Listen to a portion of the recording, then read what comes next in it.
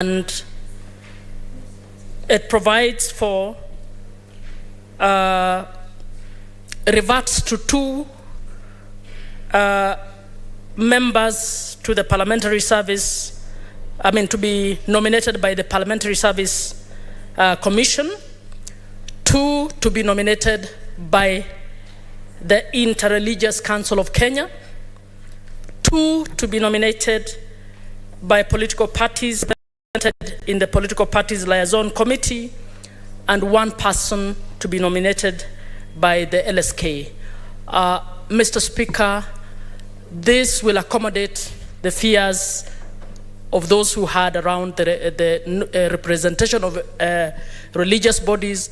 It will also allay the fears around representation of nominees from the Parliamentary Service Commission. I beg to move the amendment.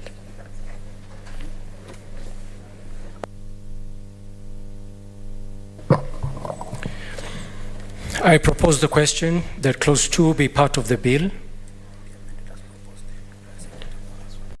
I propose the question that clause 2 be amended as proposed.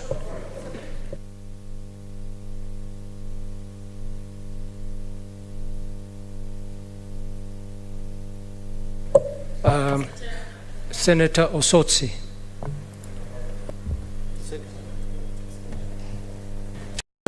Senator Mumana. My apologies, Mr. Chair. Yeah. I propose Senator Manzo to second. There is no seconding in the committee, so yeah, so it's okay. We have a point of order?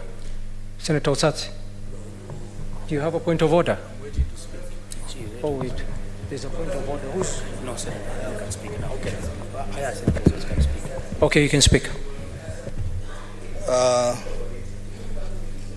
Mr. Chair, I stand to support the amendment by Senator Amuma that is the best arrangement that is resulting from the discussions we had in the morning and the discussion that has been held within the committee of JLAC, and we'll be ready to go with those amendments because, as we said in the morning, this is a selection panel to select those who will go to IEBC, and therefore political parties must be given a lot of space. The political parties are given space under Parliamentary Service Commission, where they will appoint 2 people, and then the PLC will also bring 2 people. So in total, those would be 4 people. So I think if we agree on that, we'll be in a better position than what had been proposed from the National Assembly. And this side of the divide will be more than willing to support this position that has been brought by Senator Muma. So for those few remarks, I support the amendment.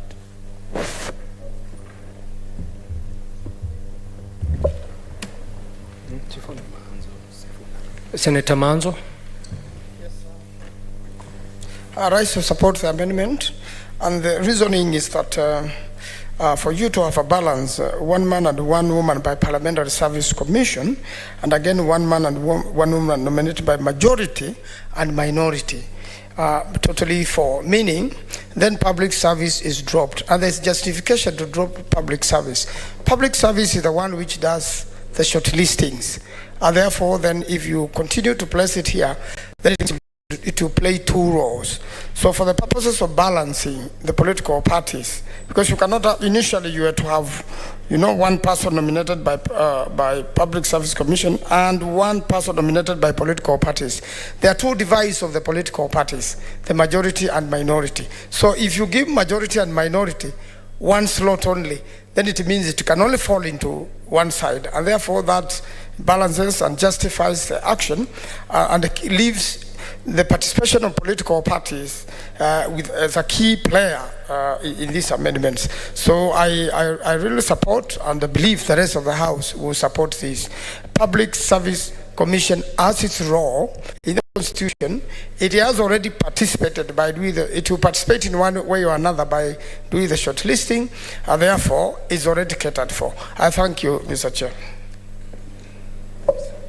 Senator Edwin Sifuna. I thank you, Mr. Chair, for the opportunity to speak to the amendment brought by Senator Muma. Mr. Chair, as I spoke in the morning, I had only two problems with the proposals as they were in the morning. That is clause 2B and C. Mr. Speaker, my position, or Mr. Chair, my position was that, in fact, the Public Service Commission, being a partisan organization, in the manner in which it is constituted, would represent an imbalance in terms of the public perception as to the fairness of this particular panel. Mr. Chair, politics, as we all understand, is all about perception. We must start this particular journey towards an IEBC that will be responsible for 2027 with the full confidence of all the political players, all sectors of the society, and I believe that this particular amendment brought in by Senator Muma is going to achieve just that. It does not only, not only does it achieve that perception of fairness in terms of the political balance of the people that are being, or the organizations that are being represented on that particular panel, but also in terms of gender, because for the first time it is making it clear that even the PSC slots being two, one man, one woman, and from the PPLC, one man and one woman, and representatives of the minority and majority parties. I am also happy that she has seen it fit to retain the position of the Law Society of Kenya for reasons that we advanced here in the morning, and the one man and one woman as well, nominated by the Interreligious Council of Kenya. So with those few remarks, I stand to support the amendment as proposed by Senator Muma. Thank you. Senator William Kipkemoi Kisang. Thank you, Honorable Chair.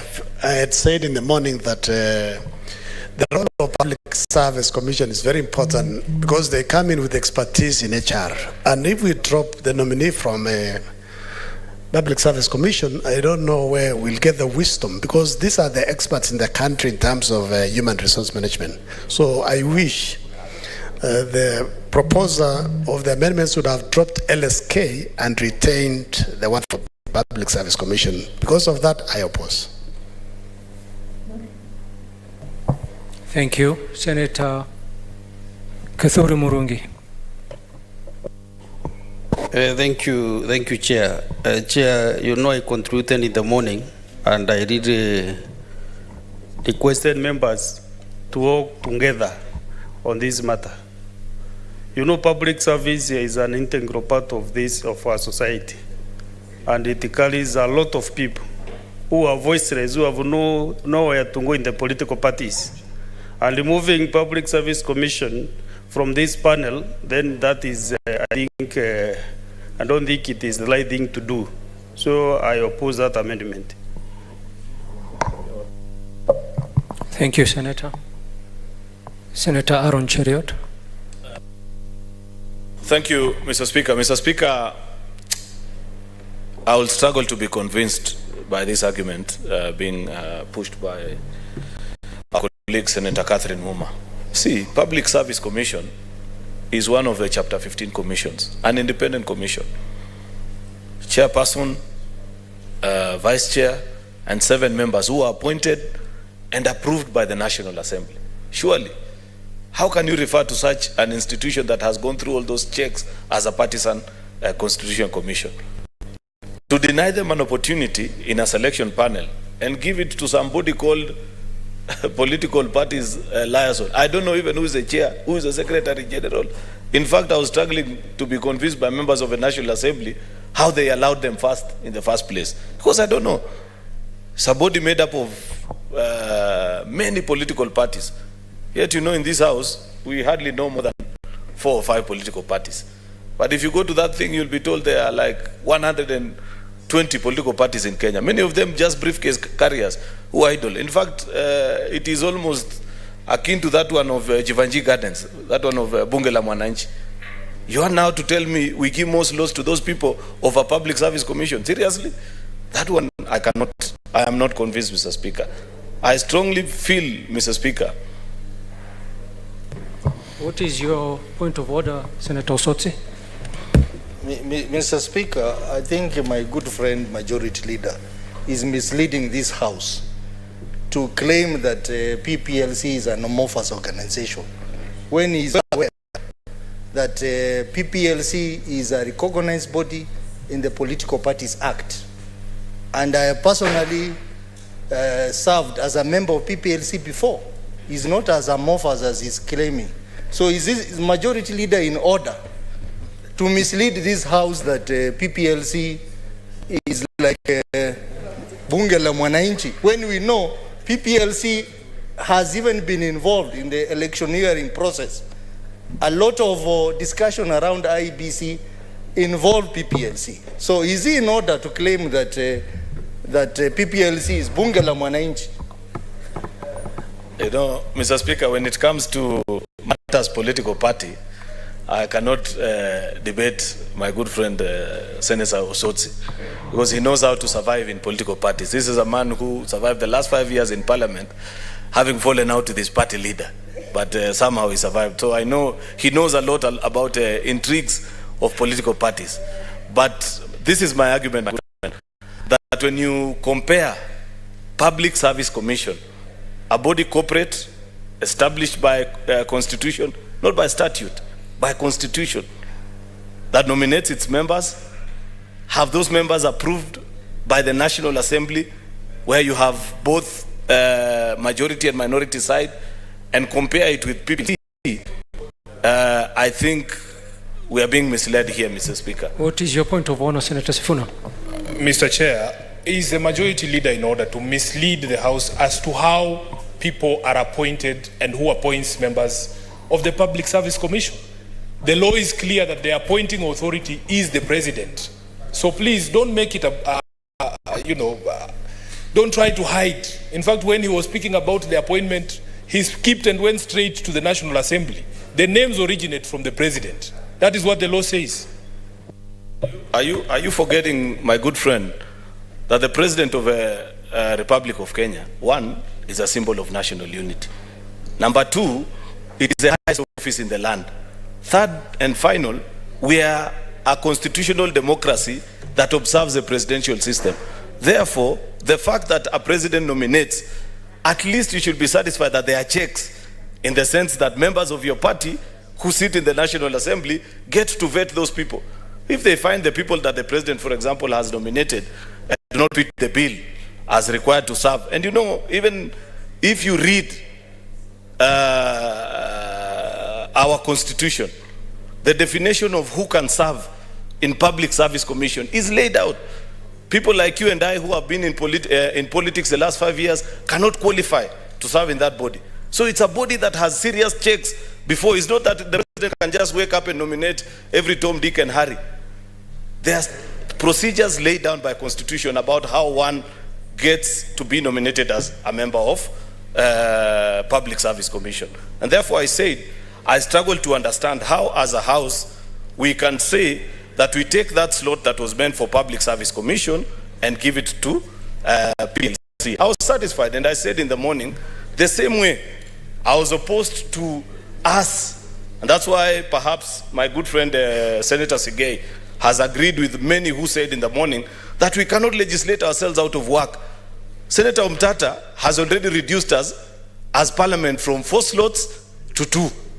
Now ourselves as members of Parliament, we want to reduce ourselves again from 2 to 1. And that's why I rose and said, I struggle to understand how we can do that. And I'm glad that the Chair of Justice and Legal Affairs has withdrawn his amendment. Therefore, we are back to default mode, where you'll have 2 slots to Interreligious Council, very important. I explained in the morning that there is need for us to have because we know this is a multi-religious society. Okay. What is your point of order, Senator Manzo? Yes, sir. Is it in order for leader of majority to insinuate or mention Senator Mutata when, first of all, he's not here to defend himself? And is he stating correctly that he's the one who reduced this House from Senator, that is not a point of order. Omtata is a member of this House, and he had a case in court, which he was referring to. So I guide you that it's not a point of order. Thank you. I accept your guidance.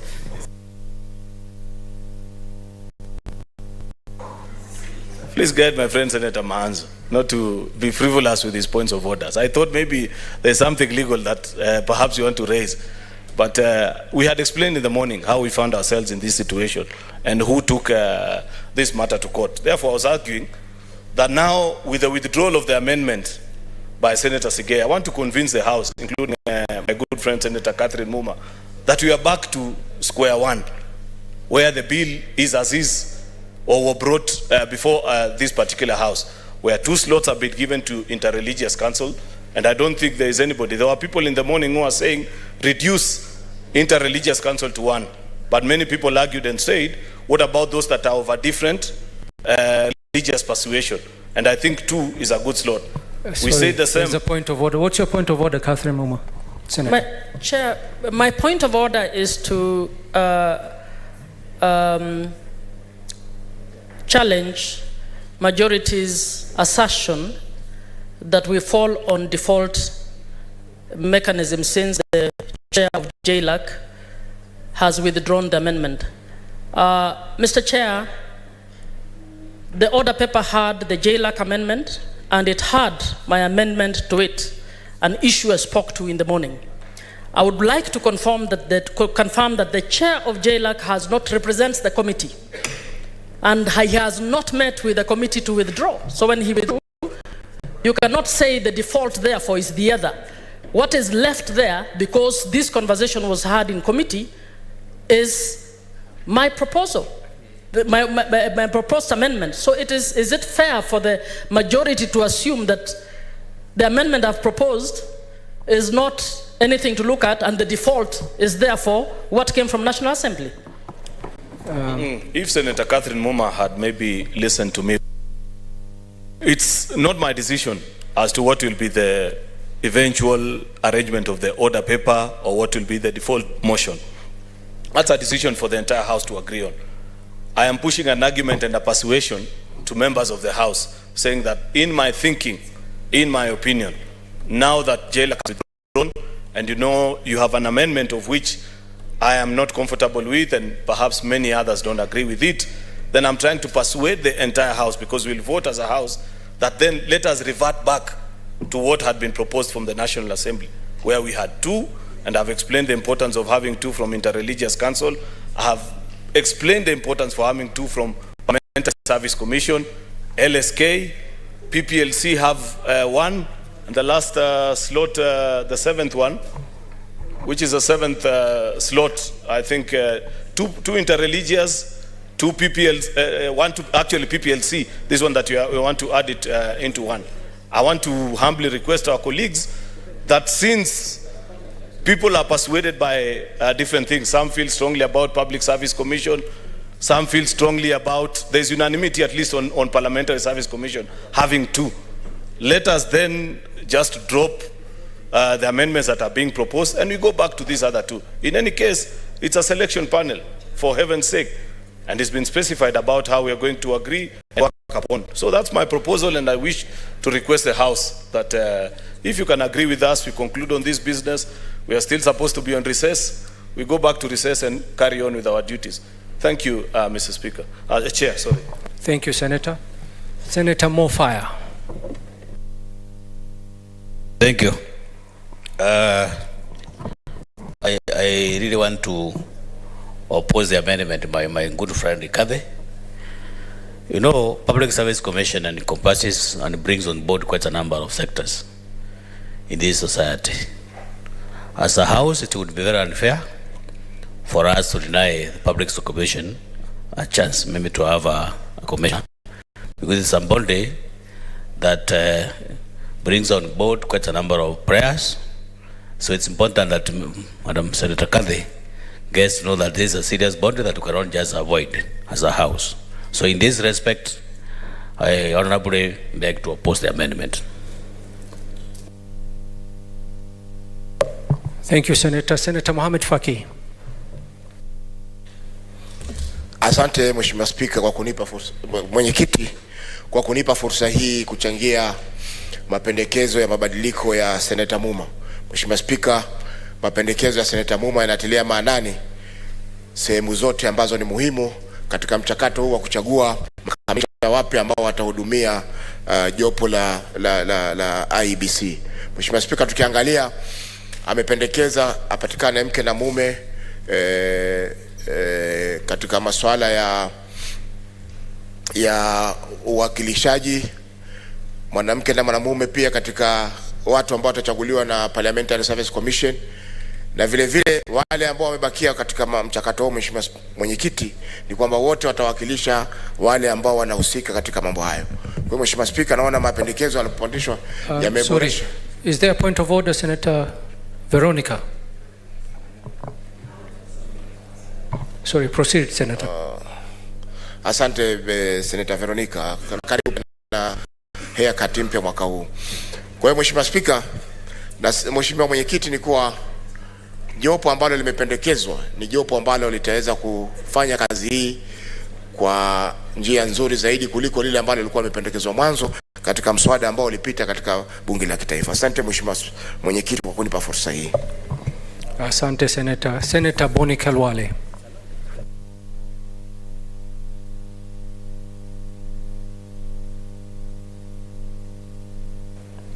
Thank you, Mr. Speaker. Mr. Speaker, I would like to appeal to Senator Muma to think hard and long about amendment. The strength of this House, the strength of the National Assembly is based on the committee system. You are a member of JLAC. JLAC elected by popular vote.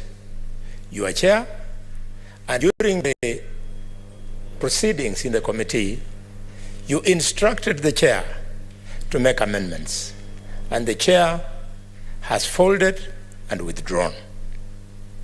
Under parliamentary practice, relying on the committee, the chair having folded, the committee has folded. At the moment, Mr. Speaker, there's no evidence before this House that Senator Muma, who, by the way, has every right to move this amendment, has denounced her membership of the committee. So that I appeal to you more, and because of you being a legal mind, my sister, I invite you to read Article 259 of the Constitution.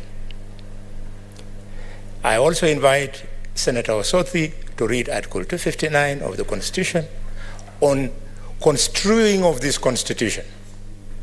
You are both right when you say that PPRC is not the equivalent of Bunge la Mwananchi, and you find that truth in the Political Parties Act provision. But I beg you, under 259, the provision of the Constitution supersedes the provision of a statute. And you know. Therefore, so that we don't raise issues on matters which ordinarily should bring the country together, we have had our say. The National Assembly has had its say. They have voted. It'd be nice for this country, given the prevailing political pronouncements surrounding elections in the country, if the country could see that the Senate and the National Assembly are in agreement. It is so critical. You'll be amazed the pronouncements we are making here when you follow discussions on the new era of social media. You realize how seriously members of the public take what we are doing. I want to appeal, Senator Muma, please step down your amendment. You will be judged by how you help the committee to succeed and how you help the Senate to succeed. Mr. Speaker, Mr. Chairman, sir, I oppose the amendment. Thank you, Senator. Senator Danson Mungatana. Mr. Chairman, thank you for giving me the opportunity to also say something about this proposed amendment. Mr. Speaker, Mr. Chairman, I almost always agree with my colleague, Senator Muma, because she's a brilliant mind. But I also wanted to invite her to rethink dropping the Service Commission from in her proposed amendment, because we in the political class, we almost always interact at the very top when we are brought in by the electorate. But a lot of these people who have stayed in the public service, they have come up the ranks. They go for training, they have degrees, they have experience, and most important, they have institutional memory. This committee, the selection panel, most likely will nominate someone who probably participated in other selection panels for any other constitutional bodies. So I see that the person who would come there from the Public Service Commission would be bringing institutional memory on what he or she did in another panel, maybe a similar panel, in selecting some constitutional body. And I was going to urge my colleague to rethink about dropping these people. Most of us who have been in government and served in government as ministers, we know what capacities our public service has. And I'm asking my learned friend, Catherine, if she can rethink that. And it's not about winning or losing. At the Senate, we almost always try to reach decisions on consensus. So I'm asking my learned friend if she can rethink that, so that we allow the Public Service Commission to participate. Nominate someone who is knowledgeable, someone who knows, someone with experience, someone with institutional memory to be part and parcel of this election, so that we get the good people to serve as commissioners. I regrettably have to oppose your amendment. Thank you, Mr. Chairman. Thank you, Senator. Senator John Kinyo.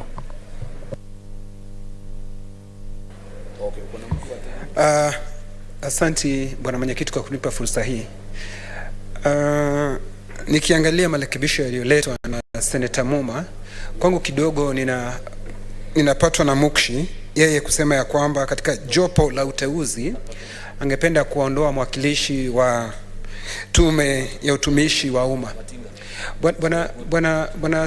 Bwana mwenyekiti, ningelimuomba tu na kwa unyenyekevu aweze kuondoa haya marekebisho, kwa sababu mwakilishi wa tume ya umma ni muhimu zaidi wakati hii tume inapofanya kazi yake, bwana spika, bwana mwenyekiti, kwa sababu vile ambavyo mwenyekiti wa kamati waliokuwa wakifanya kazi wakiwa pamoja, seneta wakili ameweza kuondoa marekebisho aliyoleta, hivi ambavyo ilivyo bila marekebisho, bwana spika, vile ilivyotoka katika jumba la bunge la kitaifa, hivyo ndio inafaa zaidi, bwana spika. Kwa hivyo ningelimuomba Senator Muma aangalie na aweze kuondoa hawa marekebisho, ndio tuweze kupiga kura bila ya kujaribu kuondoa mwakilishi huyu wa kamati ya utumishi wa umma, bwana spika, kwa sababu inafaa zaidi tuwe na mwakilishi pale, kwa sababu nimemsikia seneta wa Nairobi akisema ya kwamba siasa ni mtazamo, na ikiwa mtazamo ndio siasa ni mtazamo, itaonekanaje wakilishi wa tume ya umma hawana mwakilishi wowote? Hata pale kutakuwa na mukshi, itaonekana kana kwamba hata sisi hatuwatambui wafanyikazi wa umma. Kwa hivyo yeye mwenyewe ndio alisema ni mtazamo wa kisiasa, na vile vile wale wafanyikazi wa umma ni wa Kenya na wanapaswa kuwa na usemi wakati ile tume inapotengenezwa. Asante bwana mwenyekiti. Asante sana Senator. Senator James Kamau.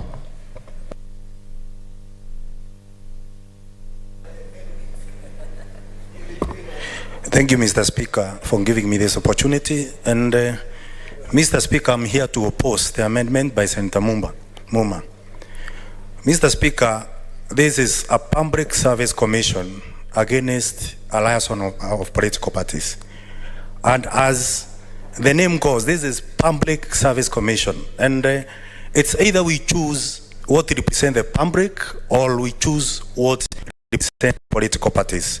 I, as Senator Morango, I oppose the motion and I'll go with the public for the representation of Public Service Commission. Thank you, Mr. Speaker. Thank you, Senator. Senator Jackson Mandango.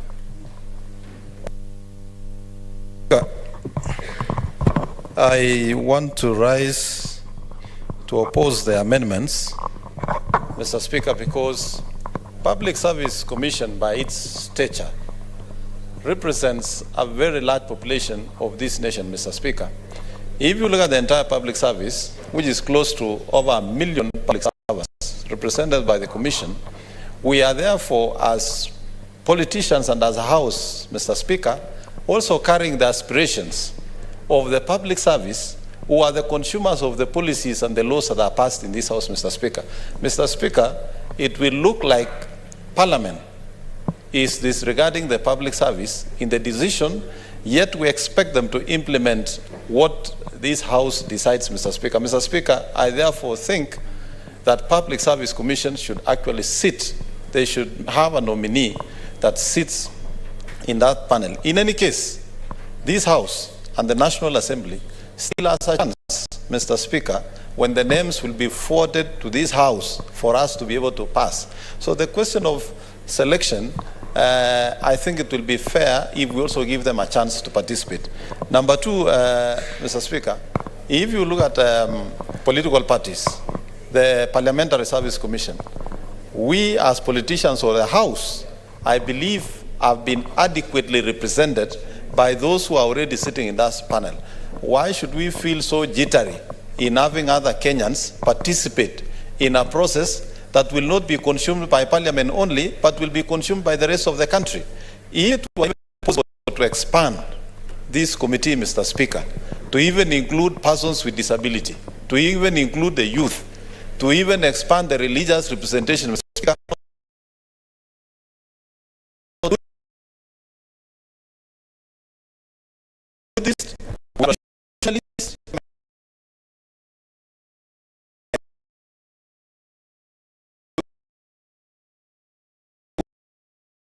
going to sit in committees, Mr. Speaker. I therefore oppose the amendments and second that Public Service Commission must have a nominee in that panel so that civil servants, at least who represent millions of families, will also be represented in that panel, Mr. Speaker. I therefore oppose the amendments, Mr. Speaker.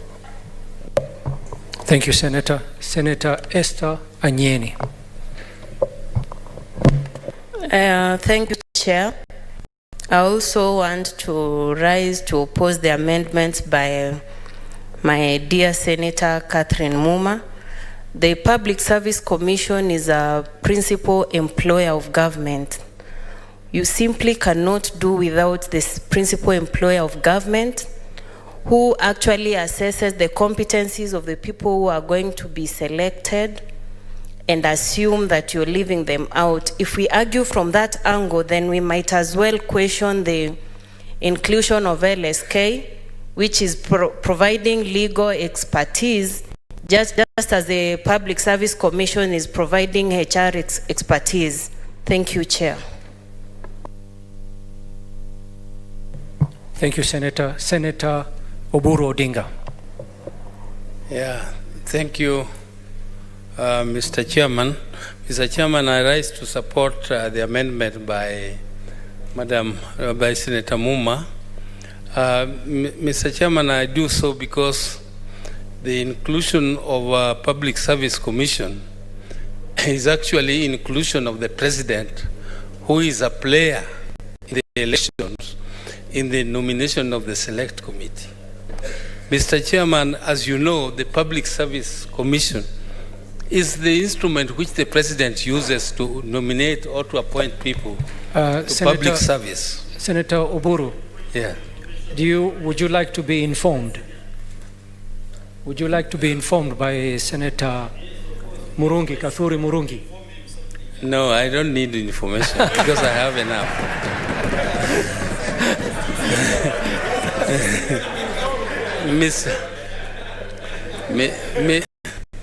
Mr. Chairman, I'm speaking from point of knowledge that the President actually uses the Public Service Commission as the instrument for appointing people to the public service. And therefore, when you include that one, and he's also a politician, and you also give him a hand in the nomination in the political party's liaison committee, and you also give him only one chance in the Parliamentary Service Commission, because if you don't include two, if there are not two, then there's going to be only one, which is also likely to go to the majority. Mr. Chairman, we are giving the President, who is a player in the elections, a hand in the nomination of the electoral commissioners. And there will be the same perception about the IEBC, and there will be demonstrations and demonstrations in this country. Mr. Chairman, I plead that we don't include the Public Service Commission in this nomination process. Thank you, Mr. Speaker. Senator John Metho.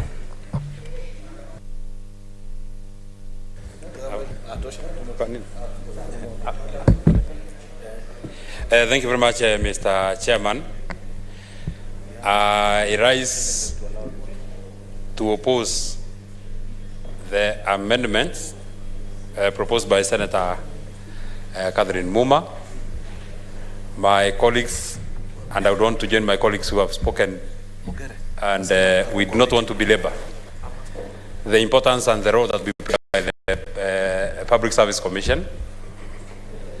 This morning we were being schooled by Commissioner Senator Mogeni on why he believes that we really require the Law Society of Kenya to have a nominee in the selection panel.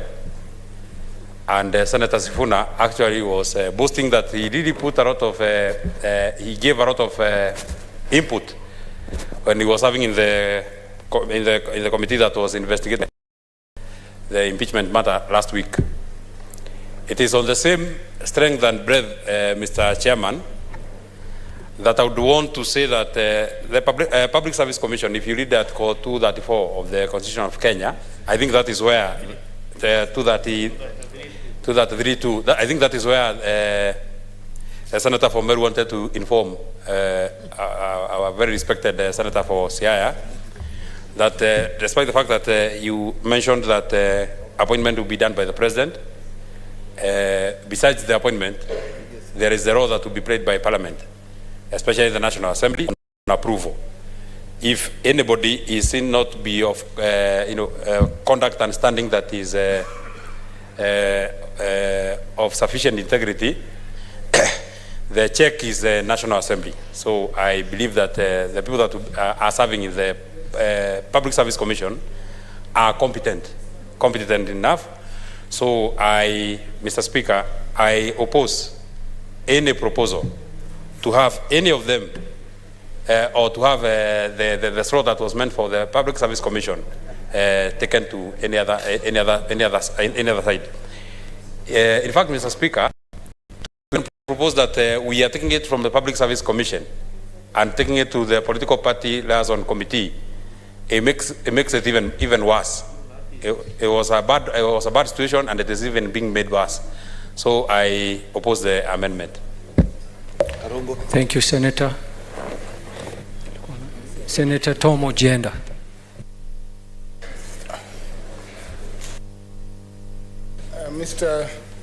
Thank you, Mr. Speaker. Mr. Speaker, I want to address the House on a different perspective. And this perspective that I borrow from will be the constitutional perspective as litigated in petition number 364 of 2020, Okia Omtate versus Attorney General and 5 others. I believe the committee has considered this particular petition and the reason why it was allowed. And Speaker, from where I stand, therefore, I will, of course in Parliament, I will disagree fundamentally on questions of law on the effect of the amendment. The amendment is attractive. It's attractive because if you remove a nomination and take that position to another body, if you take it to the political liaison and add, appoint another member as Senator Methu proposes, then you then weight, you create weight in favor of politicians. And that was the essence of the petition. If you take the position to the Parliamentary Service Commission and have 2 representatives, then again the question is whether you are not weighing too heavy and then therefore giving politicians a majority in the 7 represented. So you'll have 4-3.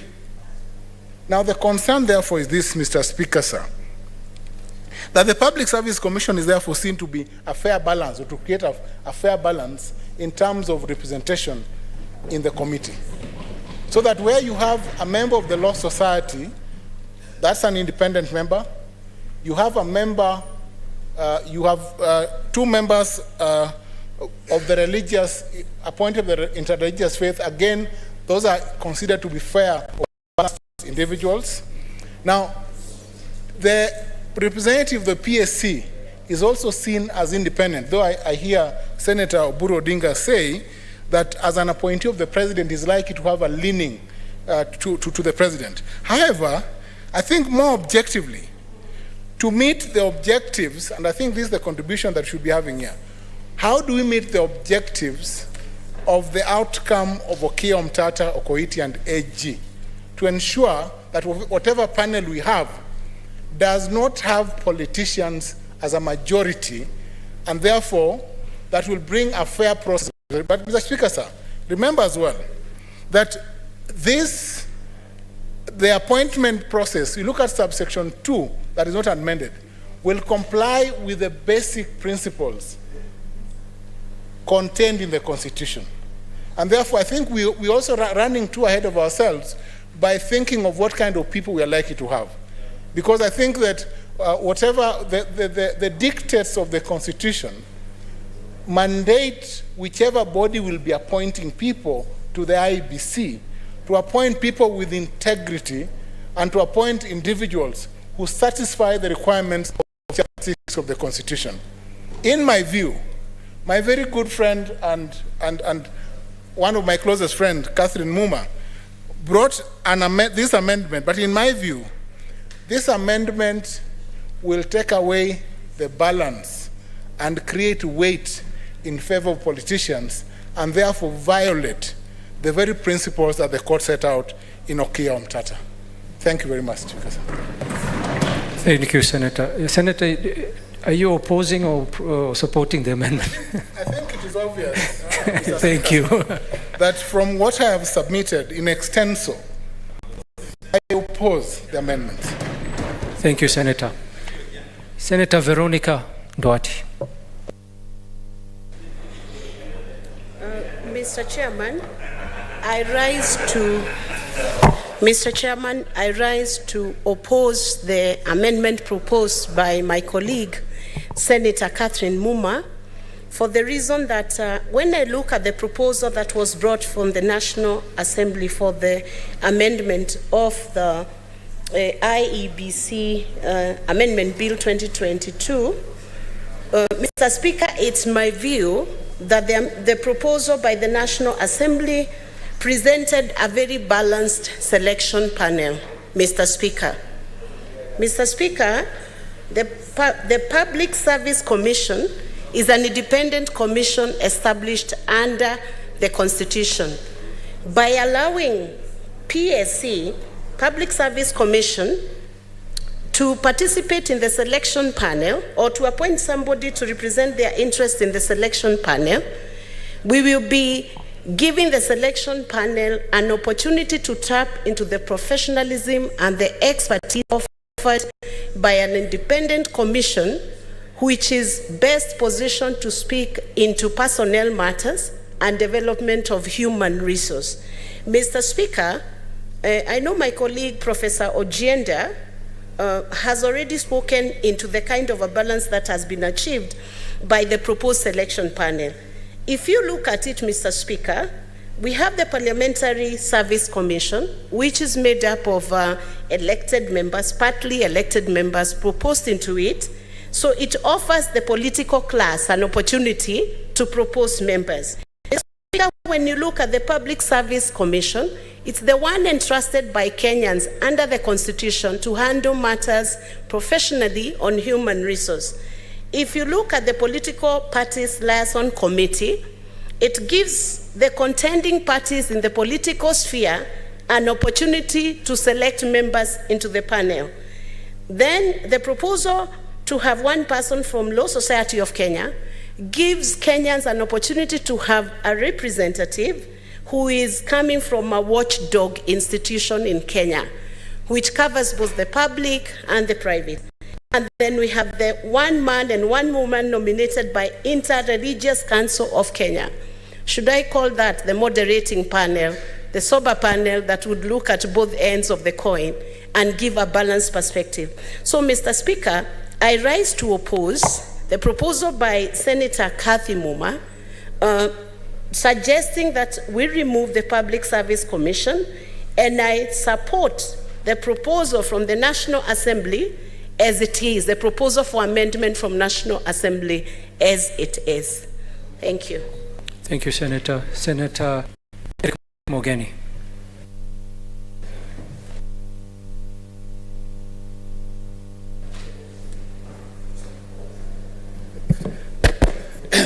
Mr. Chair, for the record, I find myself in the very unfamiliar territory where I have to differ with my colleague, Senior Counsel Professor Jenda, who has gone on record as opposing this amendment.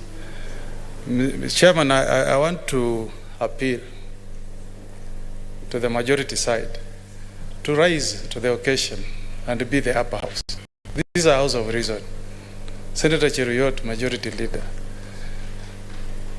you have done very well in the past. I want us to reflect and read the spirit of Article 127 that creates Parliamentary Service Commission. It recognizes that PSC represents the government side and the minority side. If we create one position for PSC, we are going into legal problems. You are giving room for another Umtata to go to court and say that that amendment will be locking out one political side. Read Article 127, and I hope.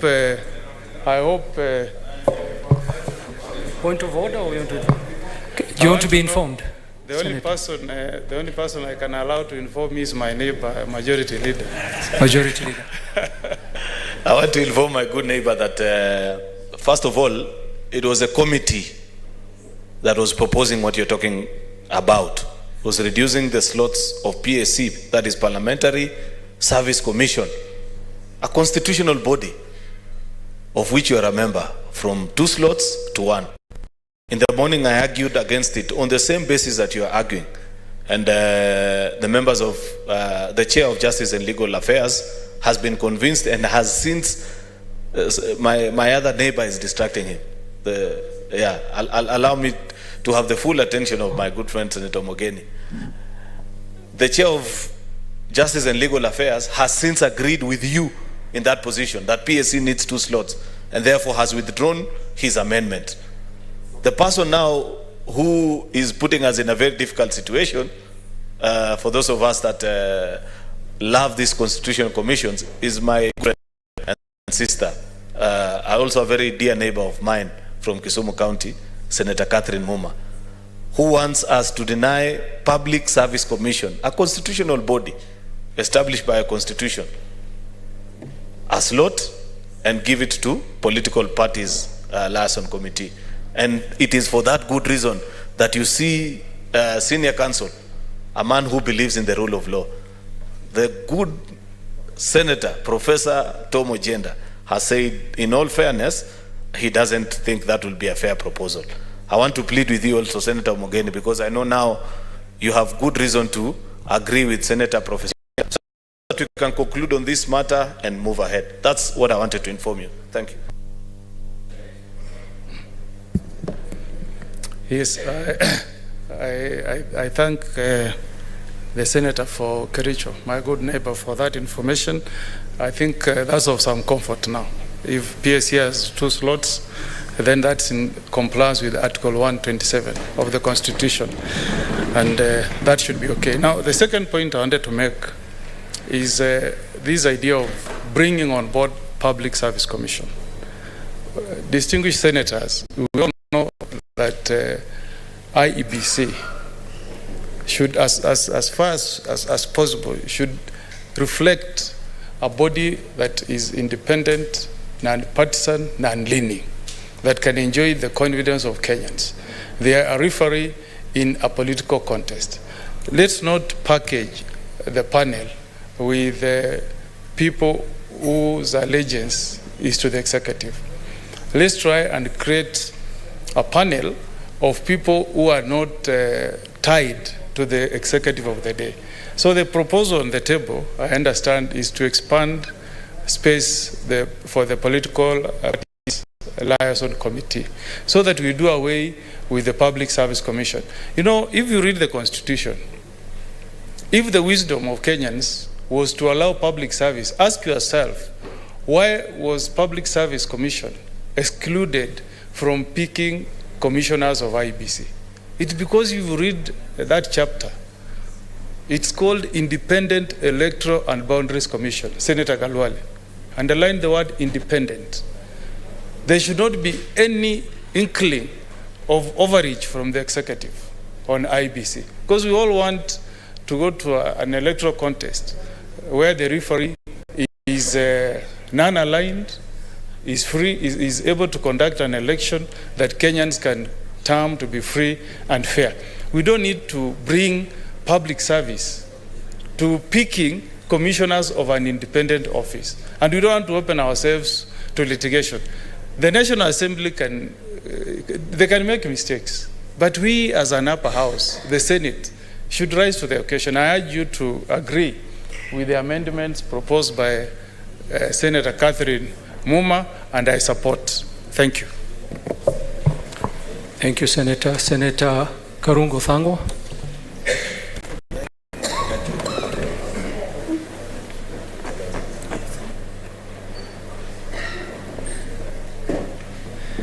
Thank you very much, Mr. Chairman.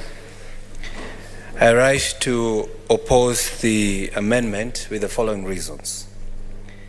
Mr. Speaker, as per our Constitution, one of the mandates of the Public Service Commission is to promote good governance. Mr. Speaker, do we want to deny such a body that is mandated by the Constitution to promote good governance, not to take part in the democracy of our nation? Mr. Speaker, the Public Service Commission is the only mandated commission to establish offices and abolish them, appoint persons to hold or act in those offices, Mr. Speaker. Yet we do not want them to take part in formation of the selection panel that will select the IBC commissioners that will for sure represent the democracy of this nation. Mr. Speaker, Article 234 of the Constitution gives that mandate to the Public Service Commission. The other reason so that we can compare, and the only reason why I'm opposing that amendment, the role of political parties liaison committee. Mr. Chair, listen to this one. They are supposed to provide a platform for dialogue between registrar of political parties, electoral commission, and political parties. Provide a platform. They are the arbitrators. So do we want to give the arbitrators an opportunity to appoint people in a commission that themselves will be mandated to arbitrate upon? You cannot send somebody to be a spy in wherever you're supposed to be arbitrating. So one person is enough. Giving them two people will be too much. And actually, whoever brought these political parties liaison committee did not do enough research. But since it is there, we're going to do away with it for now. So, Mr. Speaker, Mr. Chair, I urge the side of the minority, as we have been urged by Senator Omogeni, let's rise to the occasion. Give the only office that is mandated to establish offices to give us a select panel. If you remember very well, Mr. Speaker, the only commission or the only department that outlives politician is public service. We go and come, all right? But when it comes to public service, they have been there since. So, Mr. Speaker, who would want a country that has good governance other than the Public Service Commission? So, Mr. Speaker, Mr. Chair, as I oppose that, I urge the Senate to stand with the amendment as they were moved by the leader of majority, and we do away with this one because the country is waiting.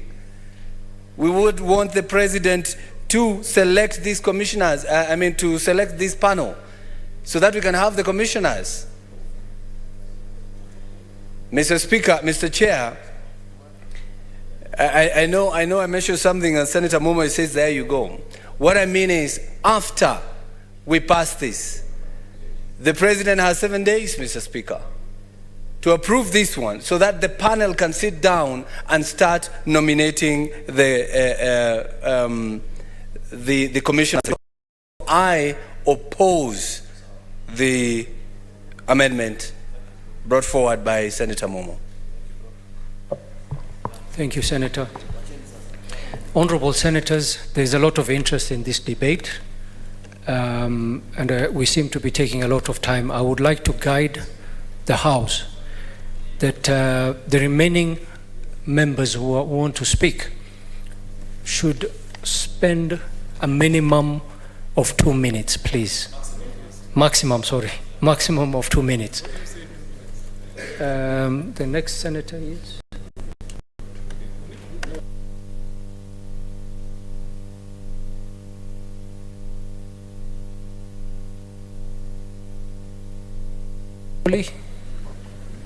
David Wakoli Wafula. Asante sana mwenyekiti kwa nafasi hii ambayo umenitunuku, na kuwa kwamba ni nafasi yangu ya kwanza kutaja ama kuchangia pakubwa kuhusiana na swala la IBC na mchakato mzima wa kikosi cha kuchagua watu hawa. Ningependa kusema kwamba tume ya serikali ambayo husishwa pakubwa kwa andika watu kazi ni lazima ipewe nafasi yake kikatiba ili itupe sisi ama na Wakenya watu ambao wana tajriba, watu ambao ni wakakamavu, watu ambao historia yao inaeleweka na watu ambao wanaweza kuwajibika katika majukumu yao. Na iwapo bunge hili la Senate litaweza kuwapiga mgongo ama kuwakata miguu, itakuwa kwamba tunaambia Wakenya kwamba tume hiyo haina haki ya kufanya kazi kikatiba jinsi ilivyofanya. Na mimi hapa napinga mabadiliko hayo nikisema kwamba jinsi ilivyotoka katika bunge la kitaifa, mswada huu uendelee jinsi ulivyo ili tuhakikishe kwamba tunafiki malengo ya demokrasia na vile vile kuafiki malengo ya serikali, kuhakikisha kwamba kura zinapopigwa zinawajibika, zinaeleweka na matokeo vile vile yanawafurahisha Wakenya wote. Sasa kwa hayo napinga mabadiliko haya na tuende pamoja kama bunge la Senate. Asante sana.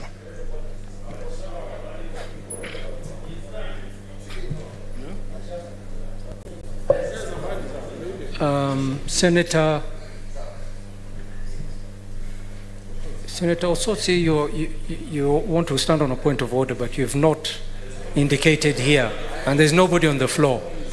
So can we have Senator Beatrice Akinyi?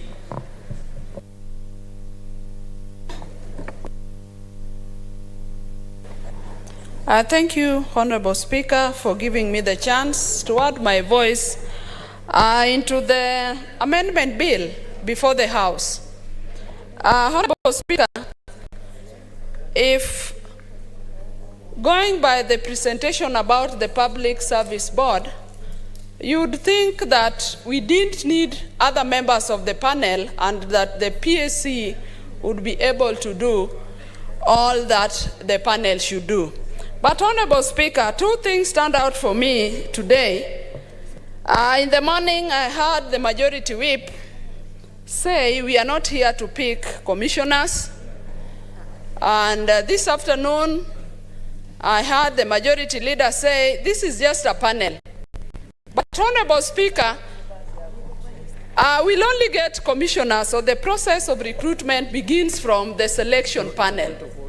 And, Honorable Speaker, everything that ends well begins well. And that is why we are taking our time, Honorable Speaker, to add our voice to this process of the selection process, the selection panel. Because if the selection panel do not do a good job, then we'll not end up with the commissioners that we so desire. But, Honorable Speaker, at the end of it, I'm not sure whether to oppose or support, because in the sub-paragraph of the selection panel, I would have loved from the onset to see a component of one person nominated by an umbrella of women organization. Senator, your time is up. Senator Osotsi, what is your point of order?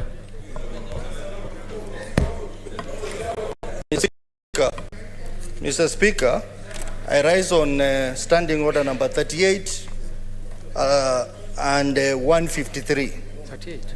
Mr. Speaker, 38(1) reads, at any time during the proceedings, a senator may, for reasons stated, claim to move that the Senate do suspend its sitting in order to wait. 5 of it, suspension under this standing order shall not exceed Senator Osotsi. 60 minutes. Senator Osotsi, let me guide you. We're in a committee of the whole. I'm coming to that. Mr. Speaker, I'm coming to that. That is standing order number 38.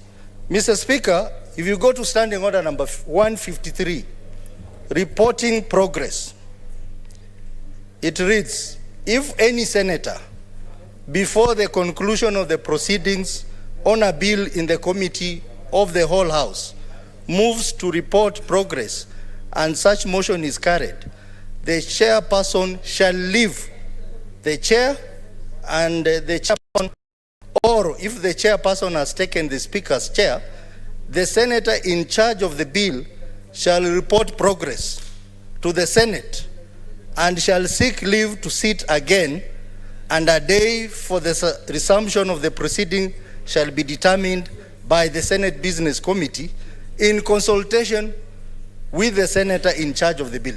Mr. Speaker, clearly you see the direction that this matter is taking. We came here in the morning and the mood of the House was bipartisan. Senator but now Osotsi. this afternoon things seems to have changed. Senator Osotsi. Mr. Speaker, I think we need to... Osotsi, Senator, order please. Senators, order. Senator Osotsi, please approach the chair. Please approach the chair.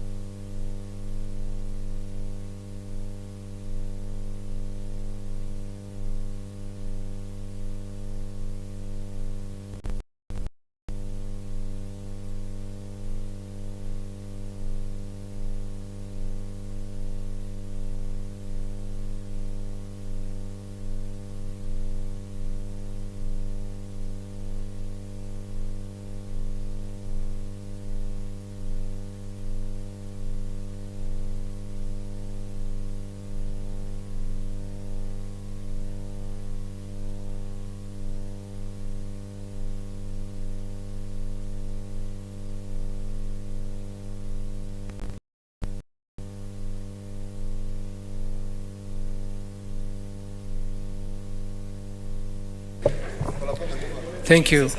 Iko hao wengi. No, there's no reply.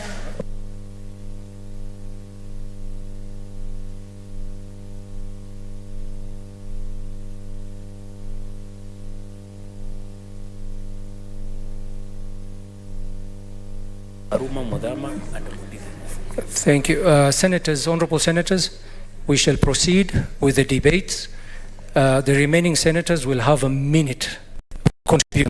There are about only 3. We have Senator Jonas Mwaruma, Mudhama Agnes Kavindu, Mundinga Alexander Munyi, David Wakoli. No, it's just the 3, yes. Mundinga Alexander Munyi was... so, Mundinga Alexander Munyi, continue.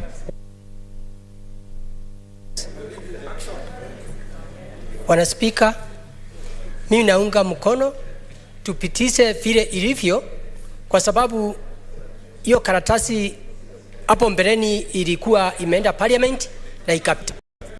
Kwa hivyo sasa hiyo manjina tupitishe vile ilivyo.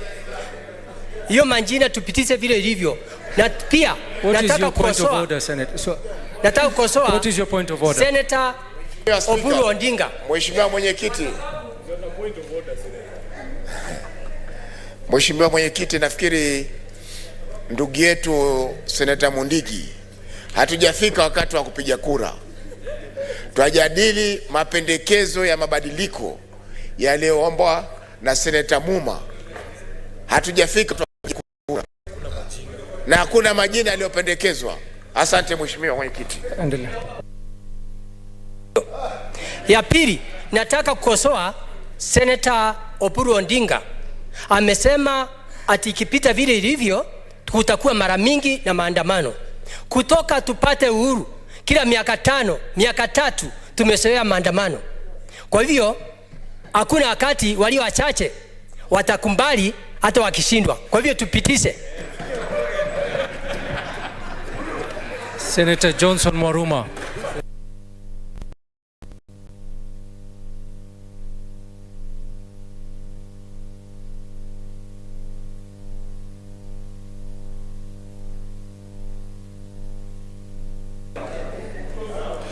Yeah, thank you, Mr. Speaker, Mr. Chair, for giving me this opportunity to respectfully oppose this amendment by Senator Professor Muma on the strength that we do not know the caliber of the people who would come from the Parliamentary Service Commission and their qualifications. We do not know the qualifications of the people who would be appointed to this committee by the religious groups.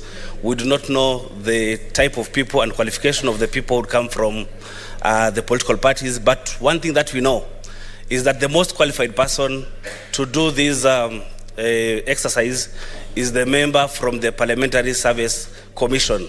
In a game, there are what you call utility players. In the whole of this panel, most likely, the most qualified person would be coming from the Parliamentary Service Commission. We would require a marking scheme, would require a rubric to evaluate the commissioners to be. So the person who would do that work perfectly would be a member from the Parliamentary Public Service Commission. Yes, I know Senator Muma wanted to cure the fact that we would have one nominee from Parliamentary Service Commission, but because the amendment has been removed by the chair of JLAC, then would be comfortable to have 2 members from the Parliamentary Service Commission, 1 from the minority, 1 from the majority. So I'm comfortable with the initial bill as it were. Thank you, Chair. Minority Leader.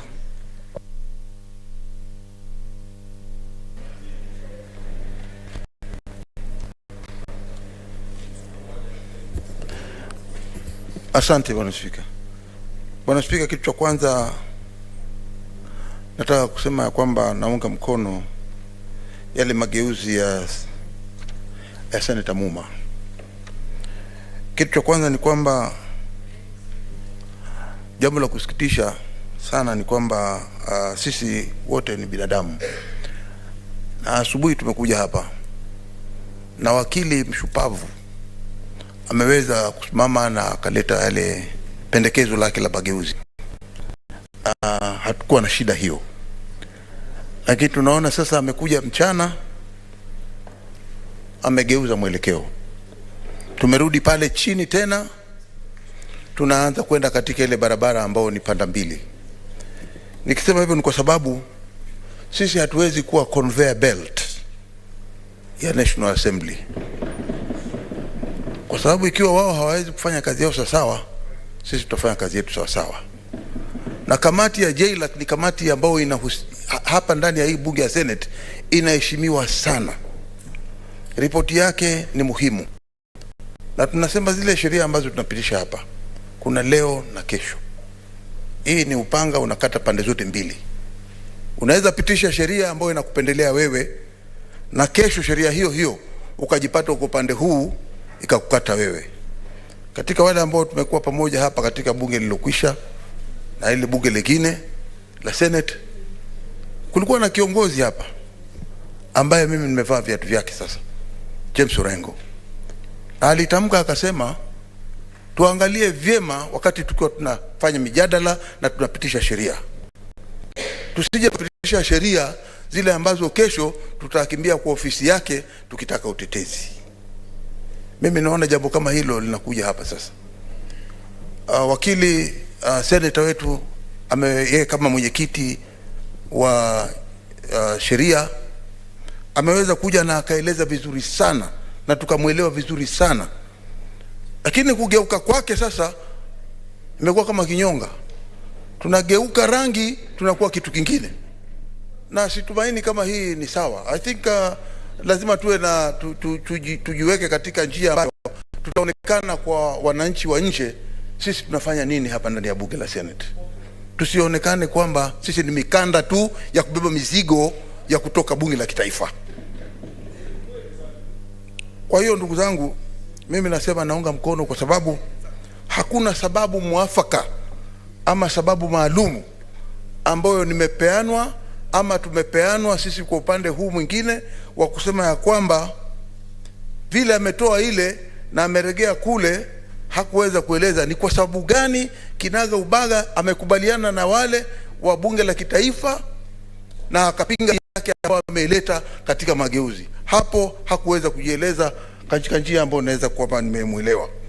Kwa hiyo Bwana Spika, mwisho nataka kusema kwamba shirika la umma ambalo ni Public Service Commission ni shirika ambalo viongozi wao ama wale wanatenda kazi pale wanachaguliwa na Mheshimiwa Rais.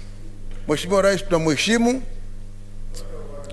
tunajua kwamba yeye yuko pale na ni sawa, lakini tunasema ya kwamba katika wale namaliza, keti basi, keti chini, tuliza boli, keti chini. Katika wale ambao wanafanya kazi pale ni rahisi kwa sababu ni wafanyikazi wa serikali ya kuweza give me a direction please, give me a chance. Senator Boni Khalwale, what is your point of order? Mr. Chairman, just like it was demonstrated in the morning, we are in the process of building respect to both houses. Mr. Speaker, I therefore rise on standing order number 46 to demand that the senator for Kilifi withdraws his derogatory remark, because in number 46, Mr. Speaker, it provides that messages can move from one house to the other. It doesn't imply, Mr. Speaker, that the house that receives the message becomes a conveyor. For the respect of standing order number 46, we request the senator, who is our leader in the minority, to withdraw so that we maintain the cordial relationship between the two houses. Tomorrow, our message is going to that house, and we will be expecting that they support it.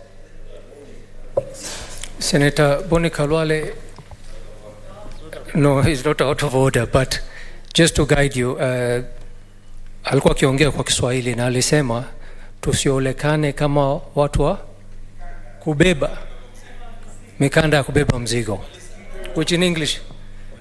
So wacha senator endelee.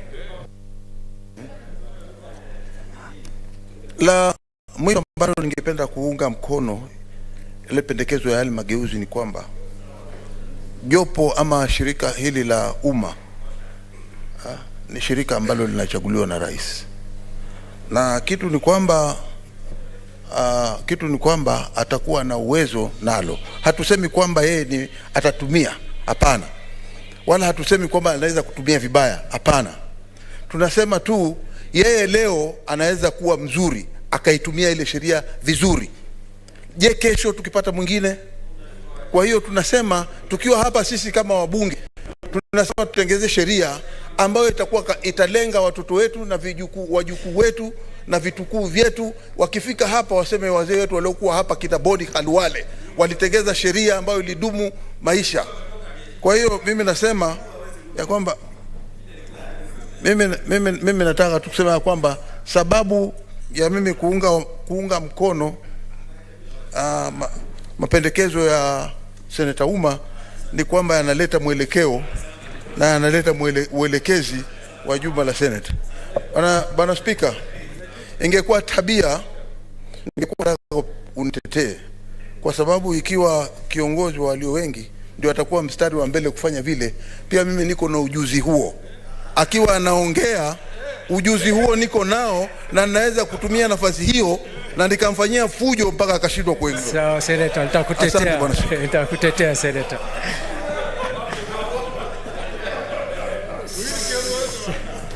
Senator Osotsi, what is your point of order? Mr. Speaker, protect me from the majority leader. Mr. Speaker, I raise a point of order here, 38 and 153, and you asked me to approach the chair. So after consulting with the chair and majority leader and majority whip, Mr. Speaker, I wish to move that the honorable chairperson, pursuant to standing order number 153, I beg to move that the committee of the whole house do report progress on its consideration of the Independent Electoral and Boundaries Commission Amendment Bill 2023, National Assembly Bill number 49 of 2022, and seek leave to sit again today.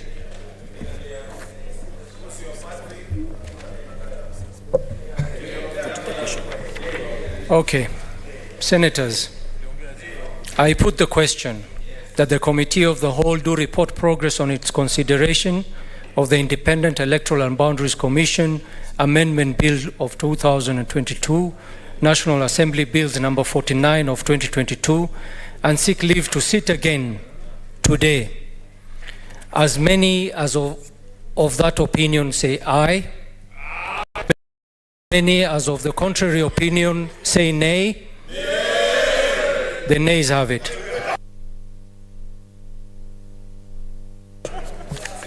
Honorable Senators, I think we have ventilated enough on this amendment bill. I therefore propose the question. Order, Senators. I propose the question that I put the question that clause 2 be amended as proposed by Senators Catherine Muma, division at the end. The title and clause 1.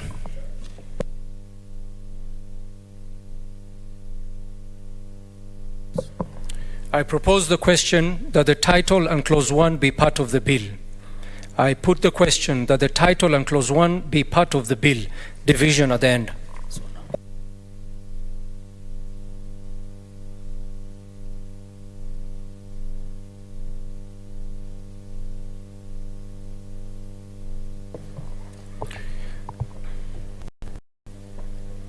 I put the question that clause 2 be amended as proposed, and I'll ask the Sergeant at Arms to ring the bell for 2 minutes, and we're in division.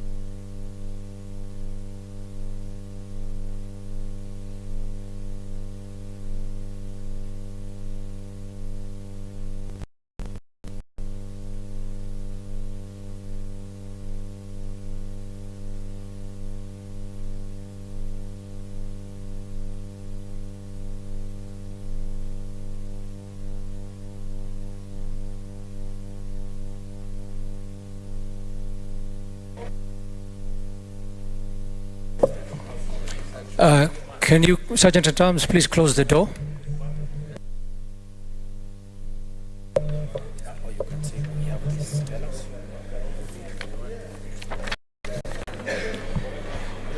Okay, senators, order please, senators, take your seats.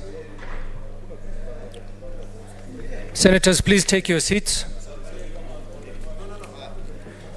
So we have Senator Lelawa for the, as a teller for the nays, Lelenkwe for nays, and Senator Beatrice Ogola for the yes. Okay. I put the question that clause 2 be amended as proposed by Senator Catherine Muma. I would like to clarify, honorable senators, that the voting will be, if you vote yes, it means you're voting for the amendment to be included. If you vote no, it means you are voting against, you're opposing the amendment. So I hope that is very clear for all the senators. Let us proceed. Senator Abbas Sheikh Mohammed, Wajir County. Senator Adan Dur Fatuma, Silo County.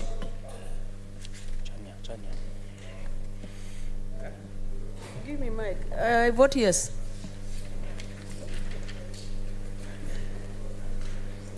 Senator Boy Isa Juma, Kwale County. Senator Cherarkei Samson, Nandi County. Senator Cheriot Aaron, Kericho County. Chair, I vote no. Senator Chesang Alan, Trans Nzoia County. Chair, I vote no. Senator Chute Mohammed, Marsabit County. Senator Ekomwa James Lomenen, Turkana County.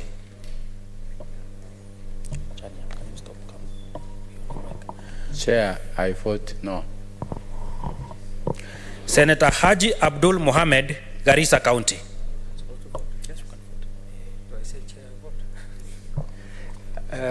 Garissa County votes no.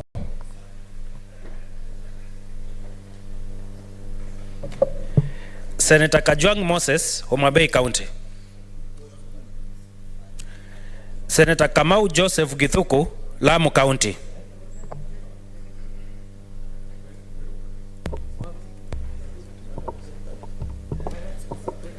Stop. Chair, Lamu County votes no. Senator Kathuri Murungi, Meru County. Meru County votes no. Senator Keroche Tabita Karanja, Nakuru County.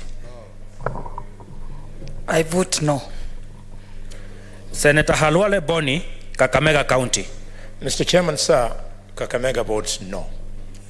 Senator Kipkorir William Cheptumo, Baringo County.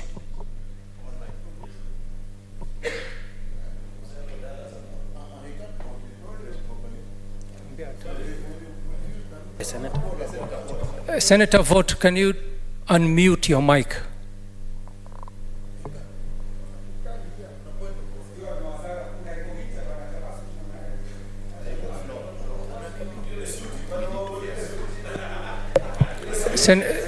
Senator, we cannot hear you. Mr. Speaker, I vote no.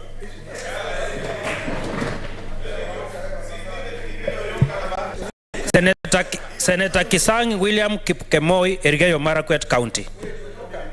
Elgeyo Marakwet County votes no. Senator Lelewe Steve Tumbesi, Samburu County. Chair, I vote no. He has a point of order. You can't.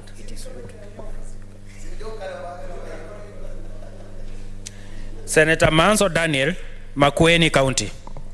Makueni votes yes. Senator Masayo Stewart, Kilifi County.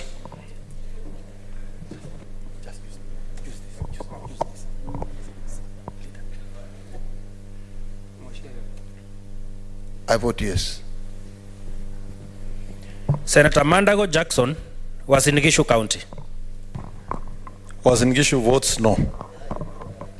Senator Medhu John Muhia, Nyandarua County. Mr. Chairman, sir, I vote no. Senator Mogeni Eric Okongo, Nyamira County.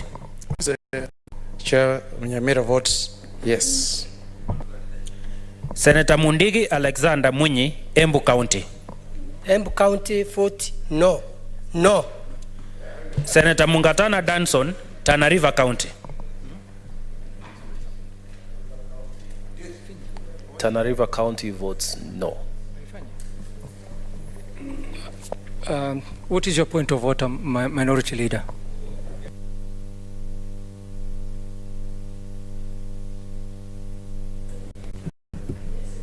Mr. Speaker, asubuhi tulipokuwa katika session yetu ya bunge,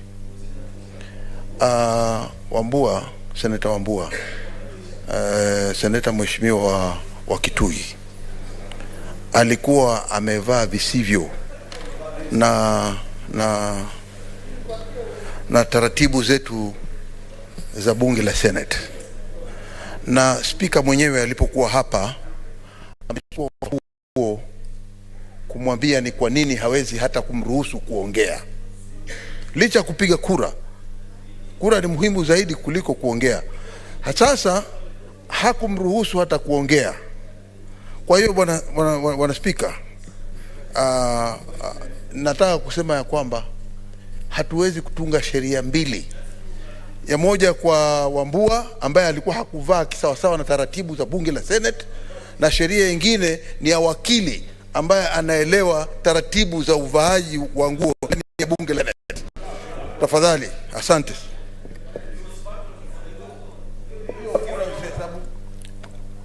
Senator Minority Leader, nafikiri tulimuona vizuri Senator Cheptumwa, na alikuwa amevaa koti ambaye haina kola, lakini amefunga button ya juu, na hiyo tunaona watu wakivaa. No. What is your point of order?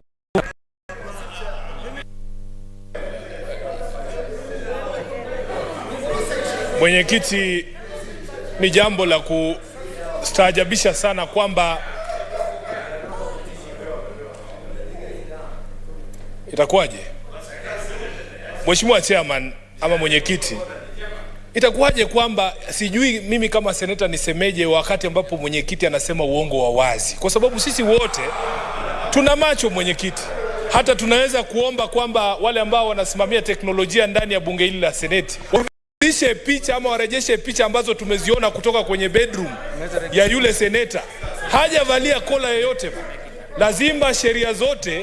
Lazima sheria hizi ziwe sawa kwa kila mtu, na tusiambiwe uongo wa kweli, uongo wa wazi.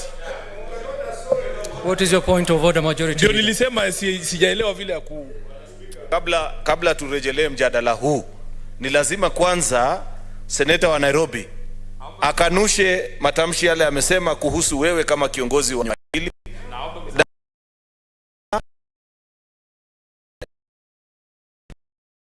ya maneno ambayo yanaendelea katika bunge hili, kwa sababu kama seneta hawezi kumwambia seneta mwenzake kwamba amedanganya. Je, speaker mwenyewe ama mwenyekiti wenye kikao kama wewe, itawezekanaje seneta akwambie kwamba unadanganya? Mimi nataka kuomba kwanza aombe radhi kwako, aombe radhi na ayakanushe matamshi hayo, ili sasa tuweze kurejelea mjadala. Lakini tukirejelea mjadala, bwana speaker, wewe ushatoa mwelekeo wa jambo hili.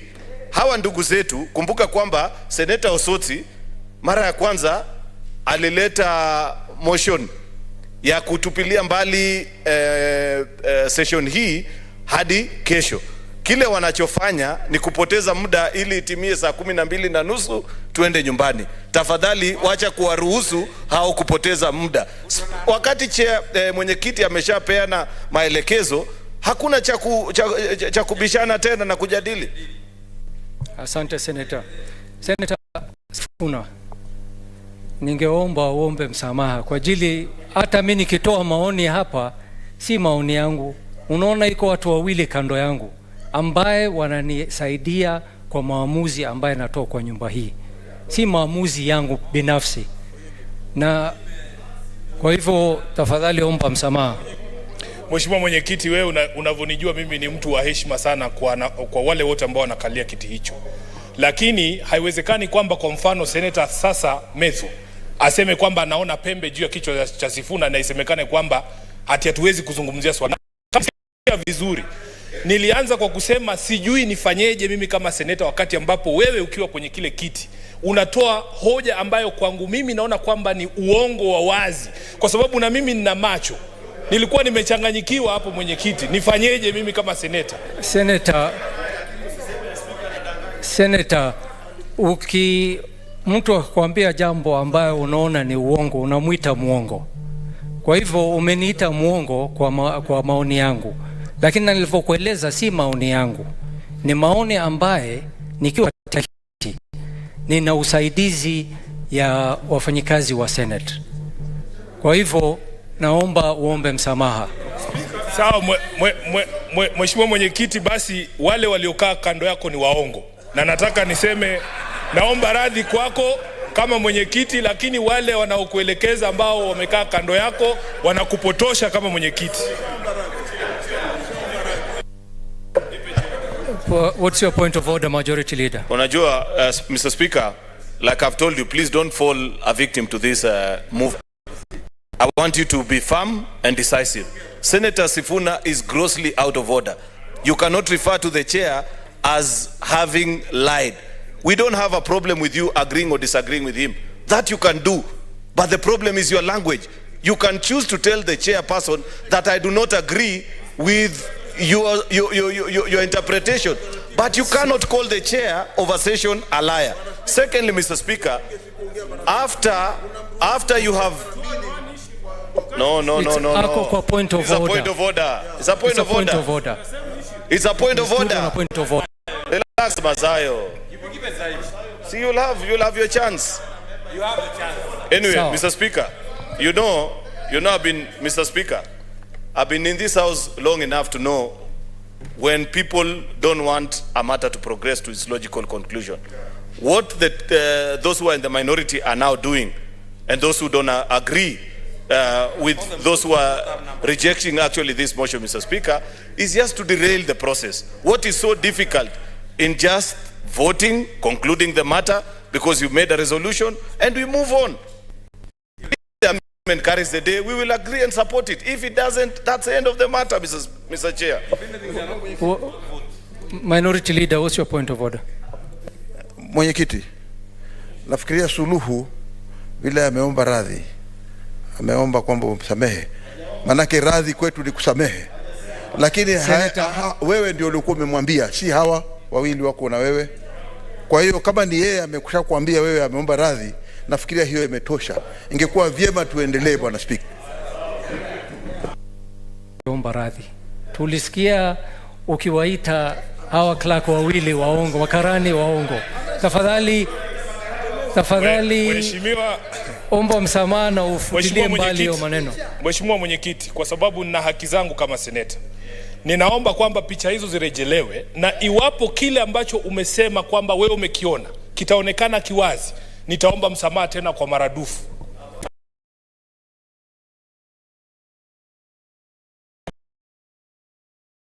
Kwenye bedroom yake. Wacha tumalize.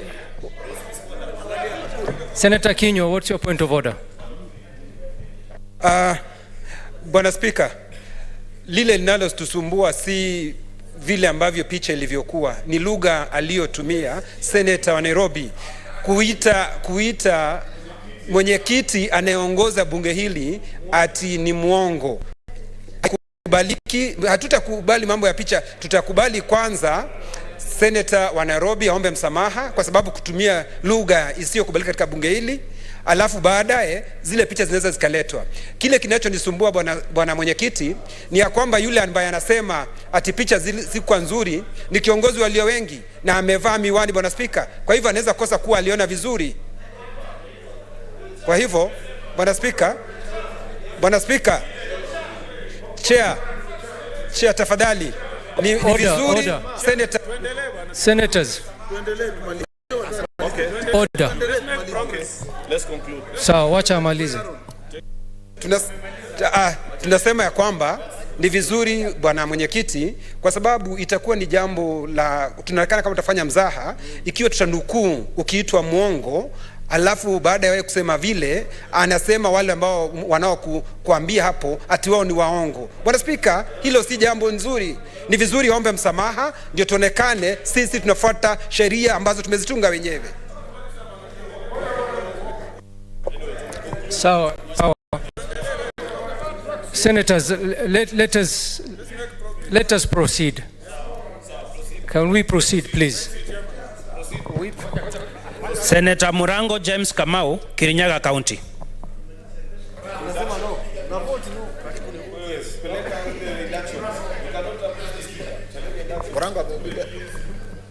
Kirinyaga,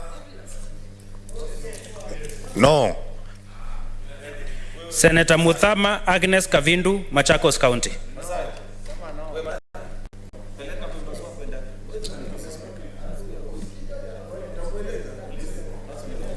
I vote yes.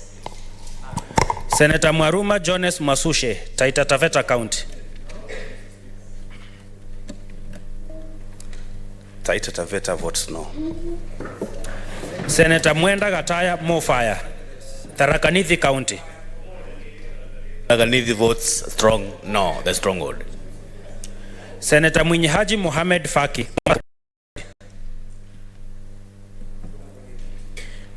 Ndugu mwenyekiti, napiga kura ya ndio.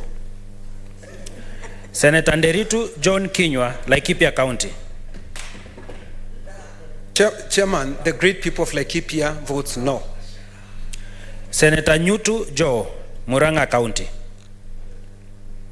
Senator Ojienda Tom, Kisumu County. Chair, in defense of the Constitution, I will vote no. Senator Oginga Oburu, Siaya County. Mr. Chairman, on behalf of my people, I vote big yes. Senator Okechi Edi Gisheru, Migori County. Senator Okoit Andrew Omutata, Busia County.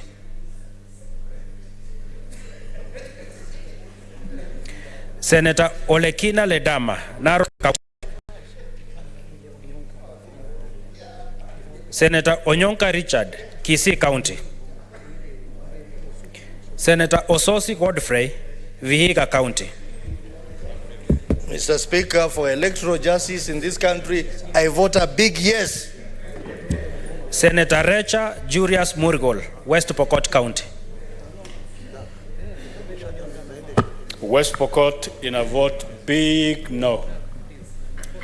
Senator Roba Ali Ibrahim, Mandera. I vote no. Senator Seki Lenku, Kajiado County.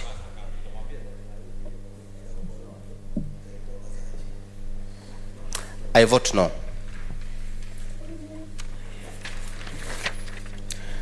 Senator Sifuna Edwin, Nairobi City County. Kwa heshima zote mstahiki mwenyekiti, napiga kura ya ndio kwa haya mageuzi. Senator Thangwa Paul Karungo, Kiambu County. I vote no.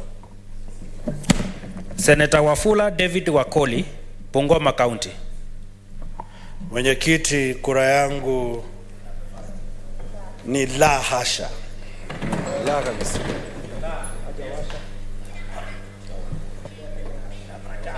Senator Wakili Hiral Sigei, Bomet County. Honorable Chair, I vote no.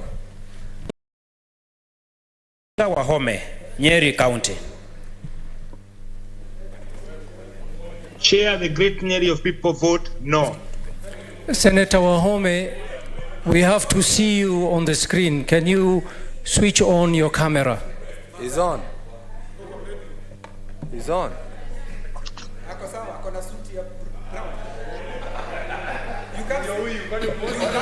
Senator Wahome wa Matinga, can you switch on camera? that we can see you. He's there. You can see him.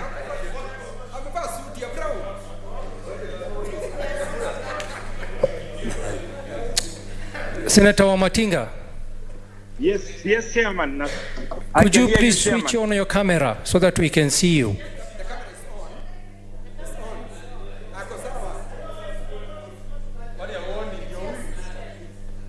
Nani ule akokona ule? Okay, Senator Wamatinga, we're going to proceed. Come to you. We need to see you so that we can take your vote. So for now, we're going to disregard your vote. Proceed. I'm here. It's working. Can we see your dress code, Senator? Can we see your dress code? My dress code. I am, sir. Can you see me? Senator Wamatinga, do you have a tie? Yes, a white one. Order, can we hear? Yes, I have.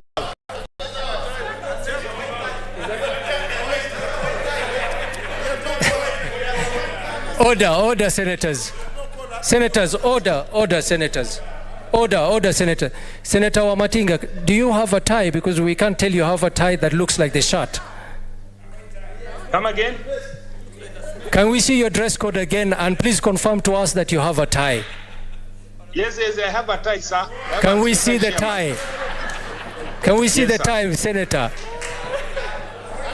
Yes, sir. Senator, can we see your dress code again? Yes, I have a tie. I have a suit and a tie. So what do you do? You proceed.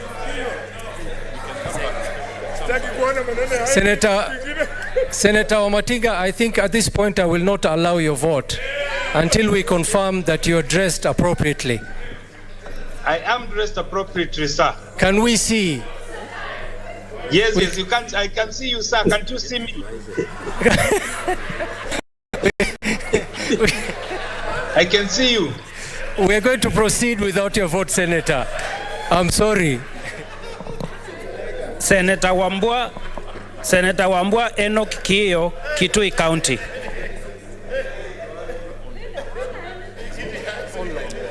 Online. No, he's left. Here.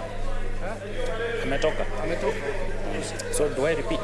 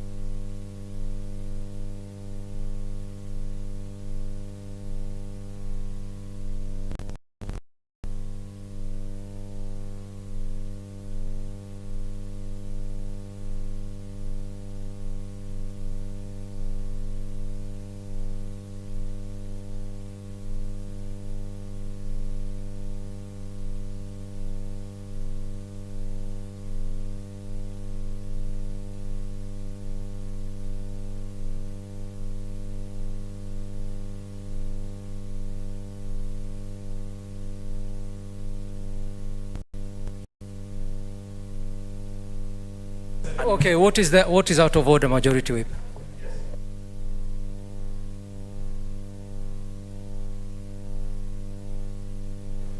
Five.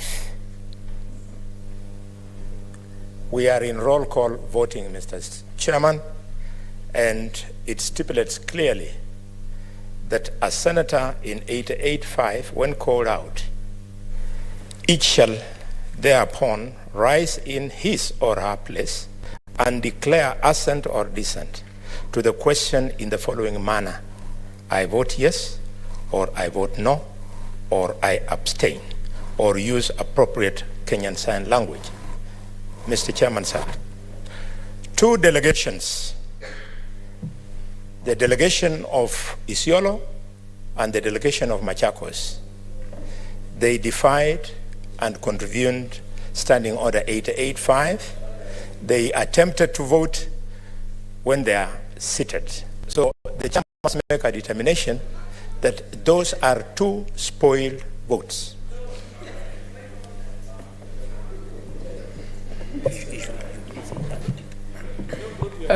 Senator Majority Whip, Senator Boni Kalwale, you should have brought that matter up at that time.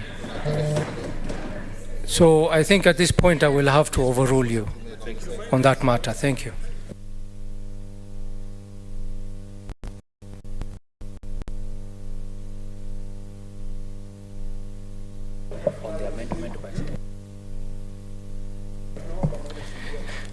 Honorable Senators, the results on the division on Senator Catherine Mumo's amendment is as follows. Ayes 9, nays 26, abstentions 0. The amendment has been rejected.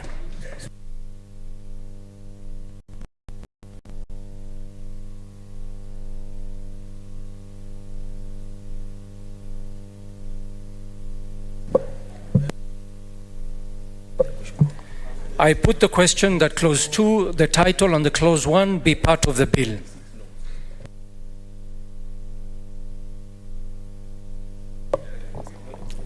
Can we have the tellers for yes and no?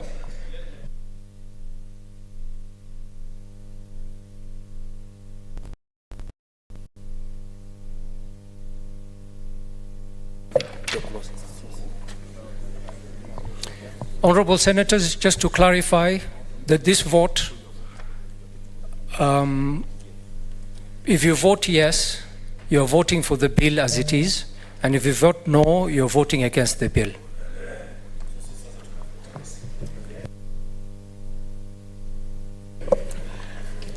Senator Abbas Sheikh Mohammed, Wajir County.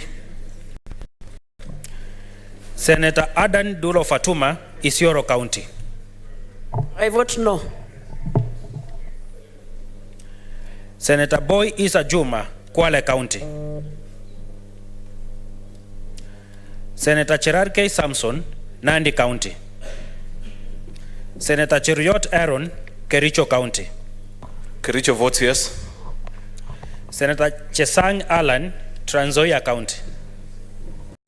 Trans Nzoia votes yes. Senator Chute Mohammed, Marsabit County. Senator Ekomwa James Lomenen, Turkana County. I vote yes. Senator Haji Abdul Mohammed, Garissa County. I vote yes. Senator Kajwang Moses, Homa Bay County. Senator Kamau Joseph Githuko, Lamu County. Lamu vote yes. Senator Kadhuri Murungi, Meru County. I vote yes. Senator Keroche Tabitha Karanja, Nakuru County. Nakuru County vote yes. Senator Halwale Boni, Kakamega County. Kakamega votes yes.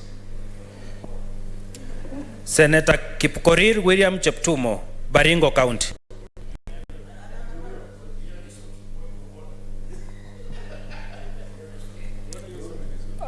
Senator Cheptumbo, we cannot hear you. Can you unmute your mic?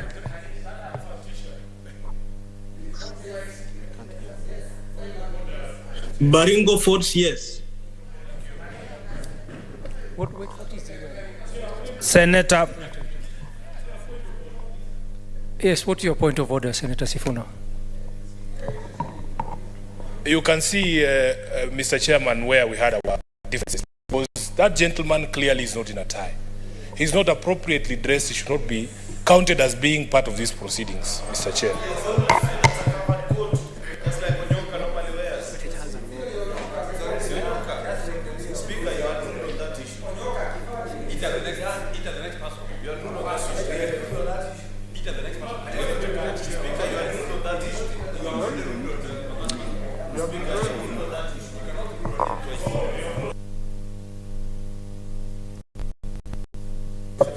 Okay. Sorry? What did you say?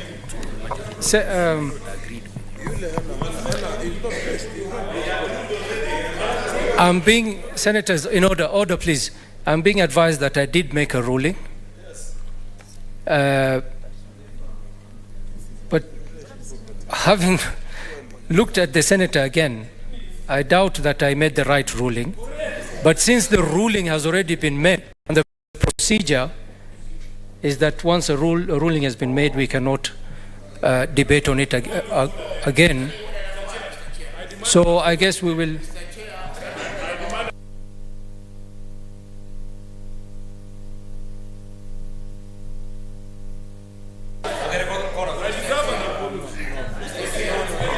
The chair apologizes. You cannot. Senator Sifuna, as much as you request for an apology, the chair cannot apologize, unfortunately. So I guess we will proceed. Thank you. Senator Kisangi William Kipkemoi, Elgeyo Marakwet County. Elgeyo Marakwet County votes yes. Senator Lelewe Tumbesi, Samburu County. Mr. Chair, I vote yes. Senator Maanzo Daniel, Makueni County. Senator Masayo Stewart, Kilifi County.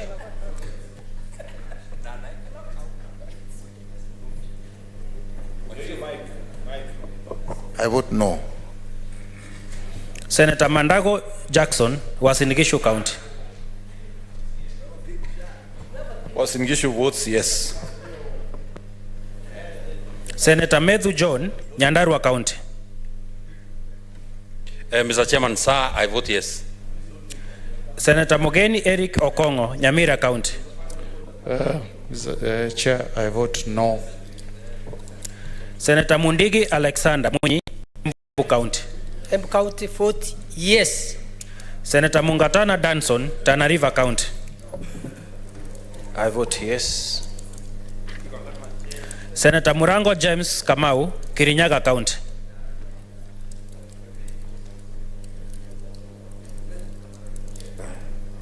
Kirinyaga votes yes. Senator Mudhama Agnes Kavindu, Machakos County. I vote yes. Senator Mwaruma Jones Mwasushe, Taita Taveta County. Mr. Speaker, Taita Taveta votes yes. Senator Mwenda Kataya Mofaya, Tharaka Nithi County. Tharaka Nithi votes yes, the strong one. Senator Mwinyi Haji Mohamed Faki, Mombasa County. Mr. Chair, I vote no. Senator Nderitu John Kinywa, Laikipia County. Mr. Chairman, I vote yes. Senator Nyutu Joe, Murang'a County. Senator Ojenda Tom, Kisumu County. Chair, in the interest of having a commission, I will vote yes. Senator Oginga Oburu, Siaya County. Mr. Chairman, I vote big no. Senator Okech Edigisheru, Migori County. Senator Okoiti Andrew Omtata, Busia County. Senator Olekina Ledama, Narok County. Senator Onyonka Richard, Kisii County. Senator Ososi Godfrey, Vihiga County. I vote big no. Senator Recha Julius Murgol, West Pokot County. West Pokot votes big yes. Senator Roba Ali Ibrahim, Mandera County. Mr. Chairman, I vote yes. Senator Seki Lenku, Kajiado County. I vote yes. Senator Sifuna Edwin, Nairobi City County. Chair, just as I've been vindicated this afternoon, I'll be vindicated in future. I vote no. Senator Thangwa Paul, Karungo, Kiambu County. I vote yes. Senator Wafula David Wakoli, Bungoma County. Uzi la Bungoma la piga ndio. Senator Wakili Hirari Sigei, Bomet County. Mr. Chairman, I vote yes. Senator Wamatinga Wahome, Nyeri County. Chairman, the Nyeri County votes yes.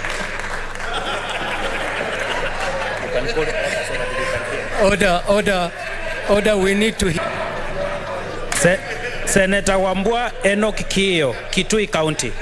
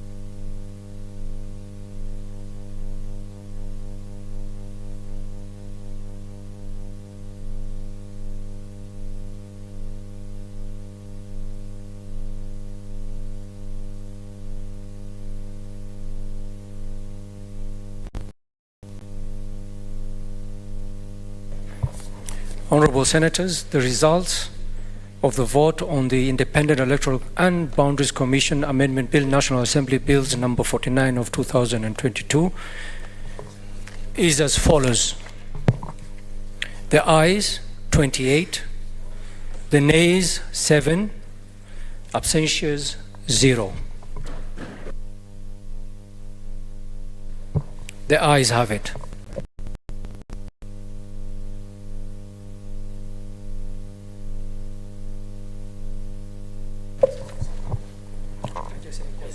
I call the mover.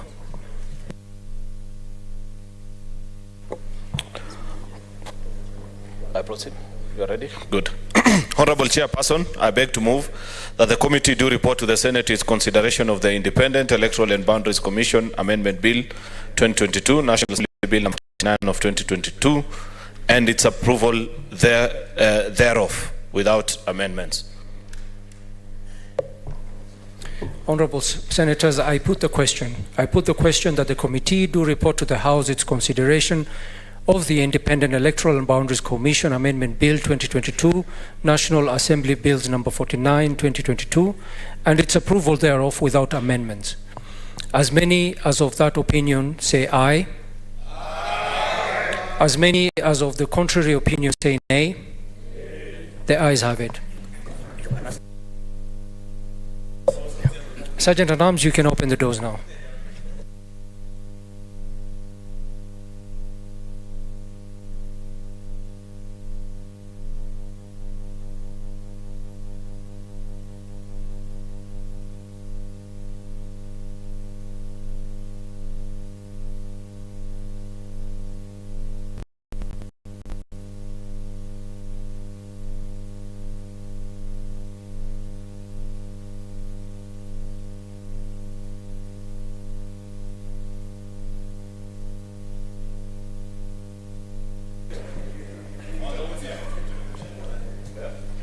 Okay, have your seats, honorable senators.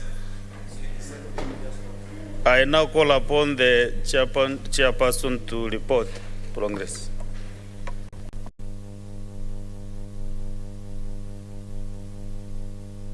Can I have the mic? Yes, Chair. Mr. Speaker, sir, Honorable Speaker, I beg to report that the Committee of the Whole has considered the Independent Electoral and Boundaries Commission Amendment Bills 2022, National Assembly Bills number 49 of 2022, and its approval thereof without amendments. Very well, thank you, Chair. The move of the bill. Honorable Speaker, I beg to move that the House do agree with the committee of the said report, and I request Senator Medhu, son of Penina, to second. Mr. Speaker, sir, I second. I now propose that the House do agree with the committee in the said report. I put the question that the House do agree with the committee in the said report. As many as of the similar opinion say aye. As many as of the contrary opinion say nay.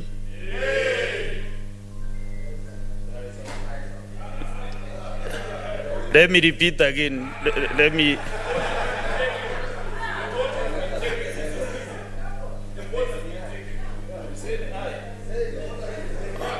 I think the members, honorable senators, I think as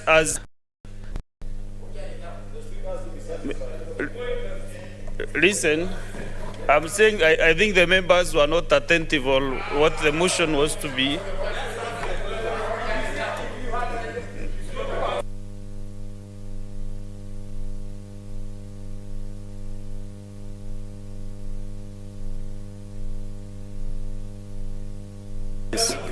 Honorable senators, Senator Sifuna, I want to put the question again.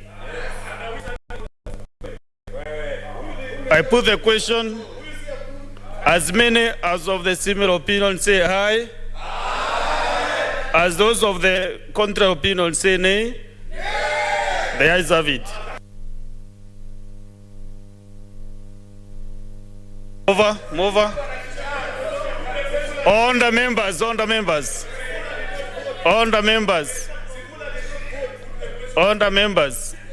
I'm calling the honorable majority in the country. Zivula didn't vote. Honorable Speaker, I beg to move that the Independent Electoral and Boundaries Commission Amendment Bill 2022, National Assembly Bill number 49 of 2022 be now read a third time. I request Senator for Nakuru, Senator Tabitha Karanja to second. Honorable Speaker, I second the motion. I second the bill.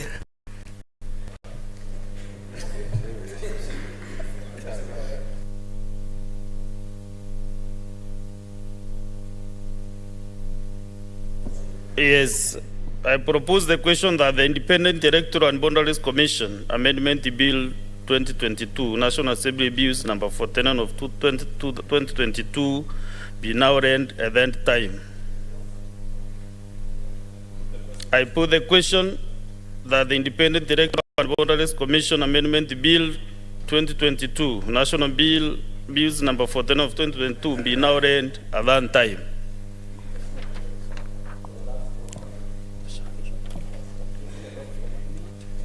Yeah, I call for a division, and Sanjay Natams can ring the bell for 2 minutes.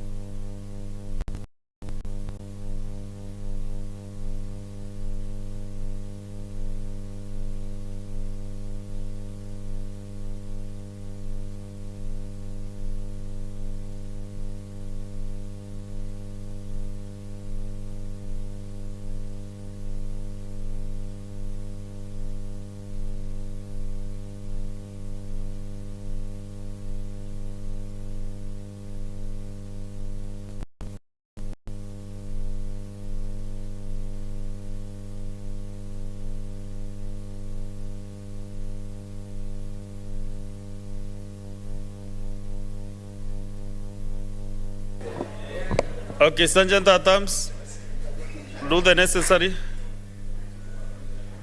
Close the doors and undo the bar.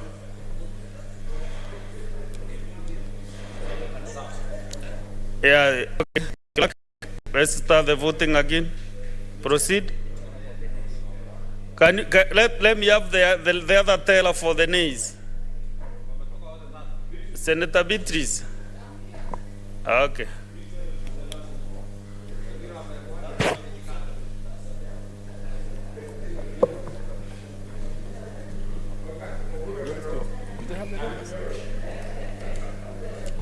Senator Abbas Sheikh Mohammed, Wajir County. Senator Adan Duro Fatuma, Isiolo County.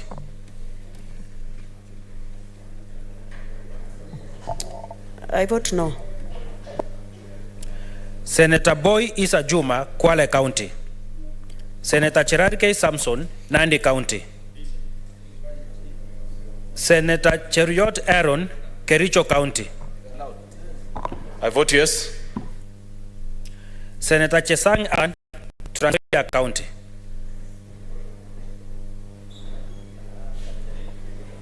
I vote yes.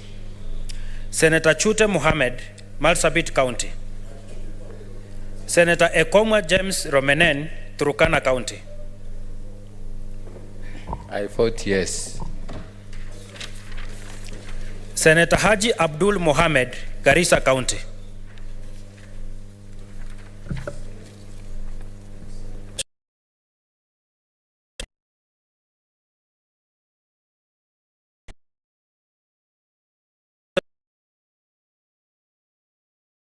Githuku, Lamu County. Honorable Speaker, I vote yes. Senator Kathuri Murungi, Meru County. Meru County votes yes. Senator Keroche Tabitha Karanja, Nakuru County. Nakuru County votes yes. Senator Halwale Boni, Kakamega County. Mr. Speaker, sir, Kakamega votes yes. Senator Kipkorir William Cheptumo, Baringo County.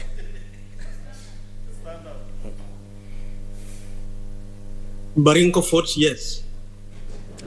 Senator Kisang William Kipkemoi, Elgeyo Marakwet County.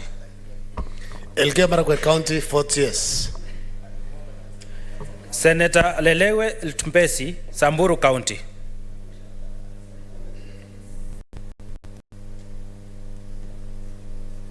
Mr. Speaker, I vote yes. Senator Manzo Daniel, Makueni County. Senator Mazayo Stewart, Kilifi County. Senator Mandago Jackson, Uasin Gishu County. Uasin Gishu votes yes. Senator Methu John, Nyandarua County. Mr. Speaker, sir, I vote yes. Senator Mogeni Eric Okongo, Nyamira County. Senator Mundigi Alexander Munyi, Embu County. Embu County, number 14 vote yes. Senator Mungatana Danson, Tana River County. Mr. Speaker, Tana River votes yes. Senator Murango James Kamau, Kirinyaga County.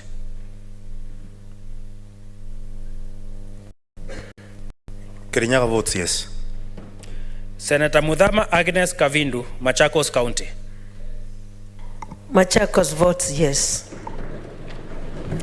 Senator Mwaruma Jones Mwasushe, Taita Taveta County. Taita Taveta votes yes. Senator Mwenda Gataya Mofaya, Tarakaniti County. He votes yes. Senator Mwinyihaji Mohamed Faki, Mombasa County. Speaker, no. Senator Nderitu John Kinywa, Laikipia County. I vote yes. Senator Nyutu Joe, Murang'a County. Senator Ojenda Tom, Kisumu County. In the interest of progressive democracy, I vote yes. Senator Oginga Oburu, Siaya County. Senator Okechi Eddy Gicheru, Migori County. Senator Okoiti Andrew Omtata, Busia County. Senator Olekina Ledama, Narok County. Senator Onyonka Richard, Kisii County. Senator Sosi Godfrey, Vihiga County. Senator Recha Julius Murgol, West Pokot County. West Pokot votes yes. Senator Ali Ibrahim, Mandera County. Mr. Speaker, I vote yes.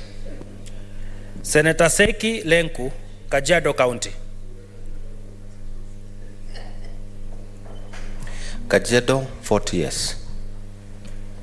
Senator Sifuna Edwin, Nairobi City County. Senator Thangwa Paul Karungo, Kiambu County. I vote yes. Senator Wafula David Wakoli, Bungoma County. Bungoma votes yes. Senator Wakili Hirari Sigei, Bomet County. Mr. Speaker, Bomet County votes yes. Senator Wamatinga Wahome, Nyeri County. Nyeri votes yes. Senator Wambua Enoch Kiyo, Kitui County.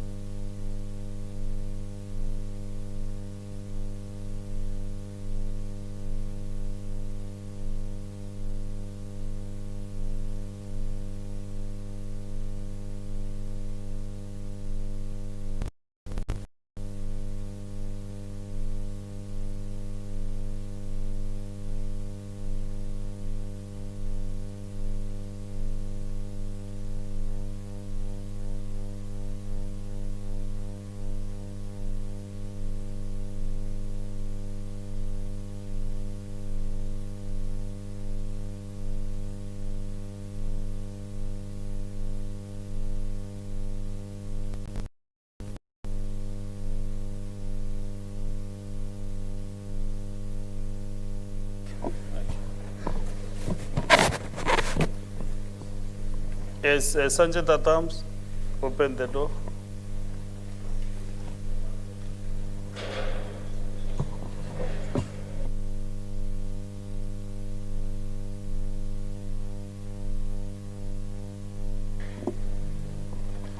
Honorable Senators, I want to declare the results for the division. We have 0 abstentions, nays 2, and ayes 28. So the ayes have it. A bill for an act of parliament to amend the Independent Electoral and Boundaries Commission Act and for connected purposes.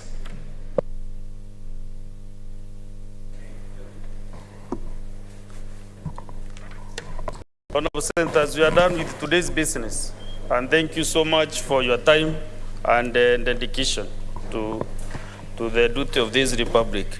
So, Honorable Senators, there being no other business on the under paper, the Senate stands until Tuesday, 14th February 2023 at 2:30 p.m. Thank you.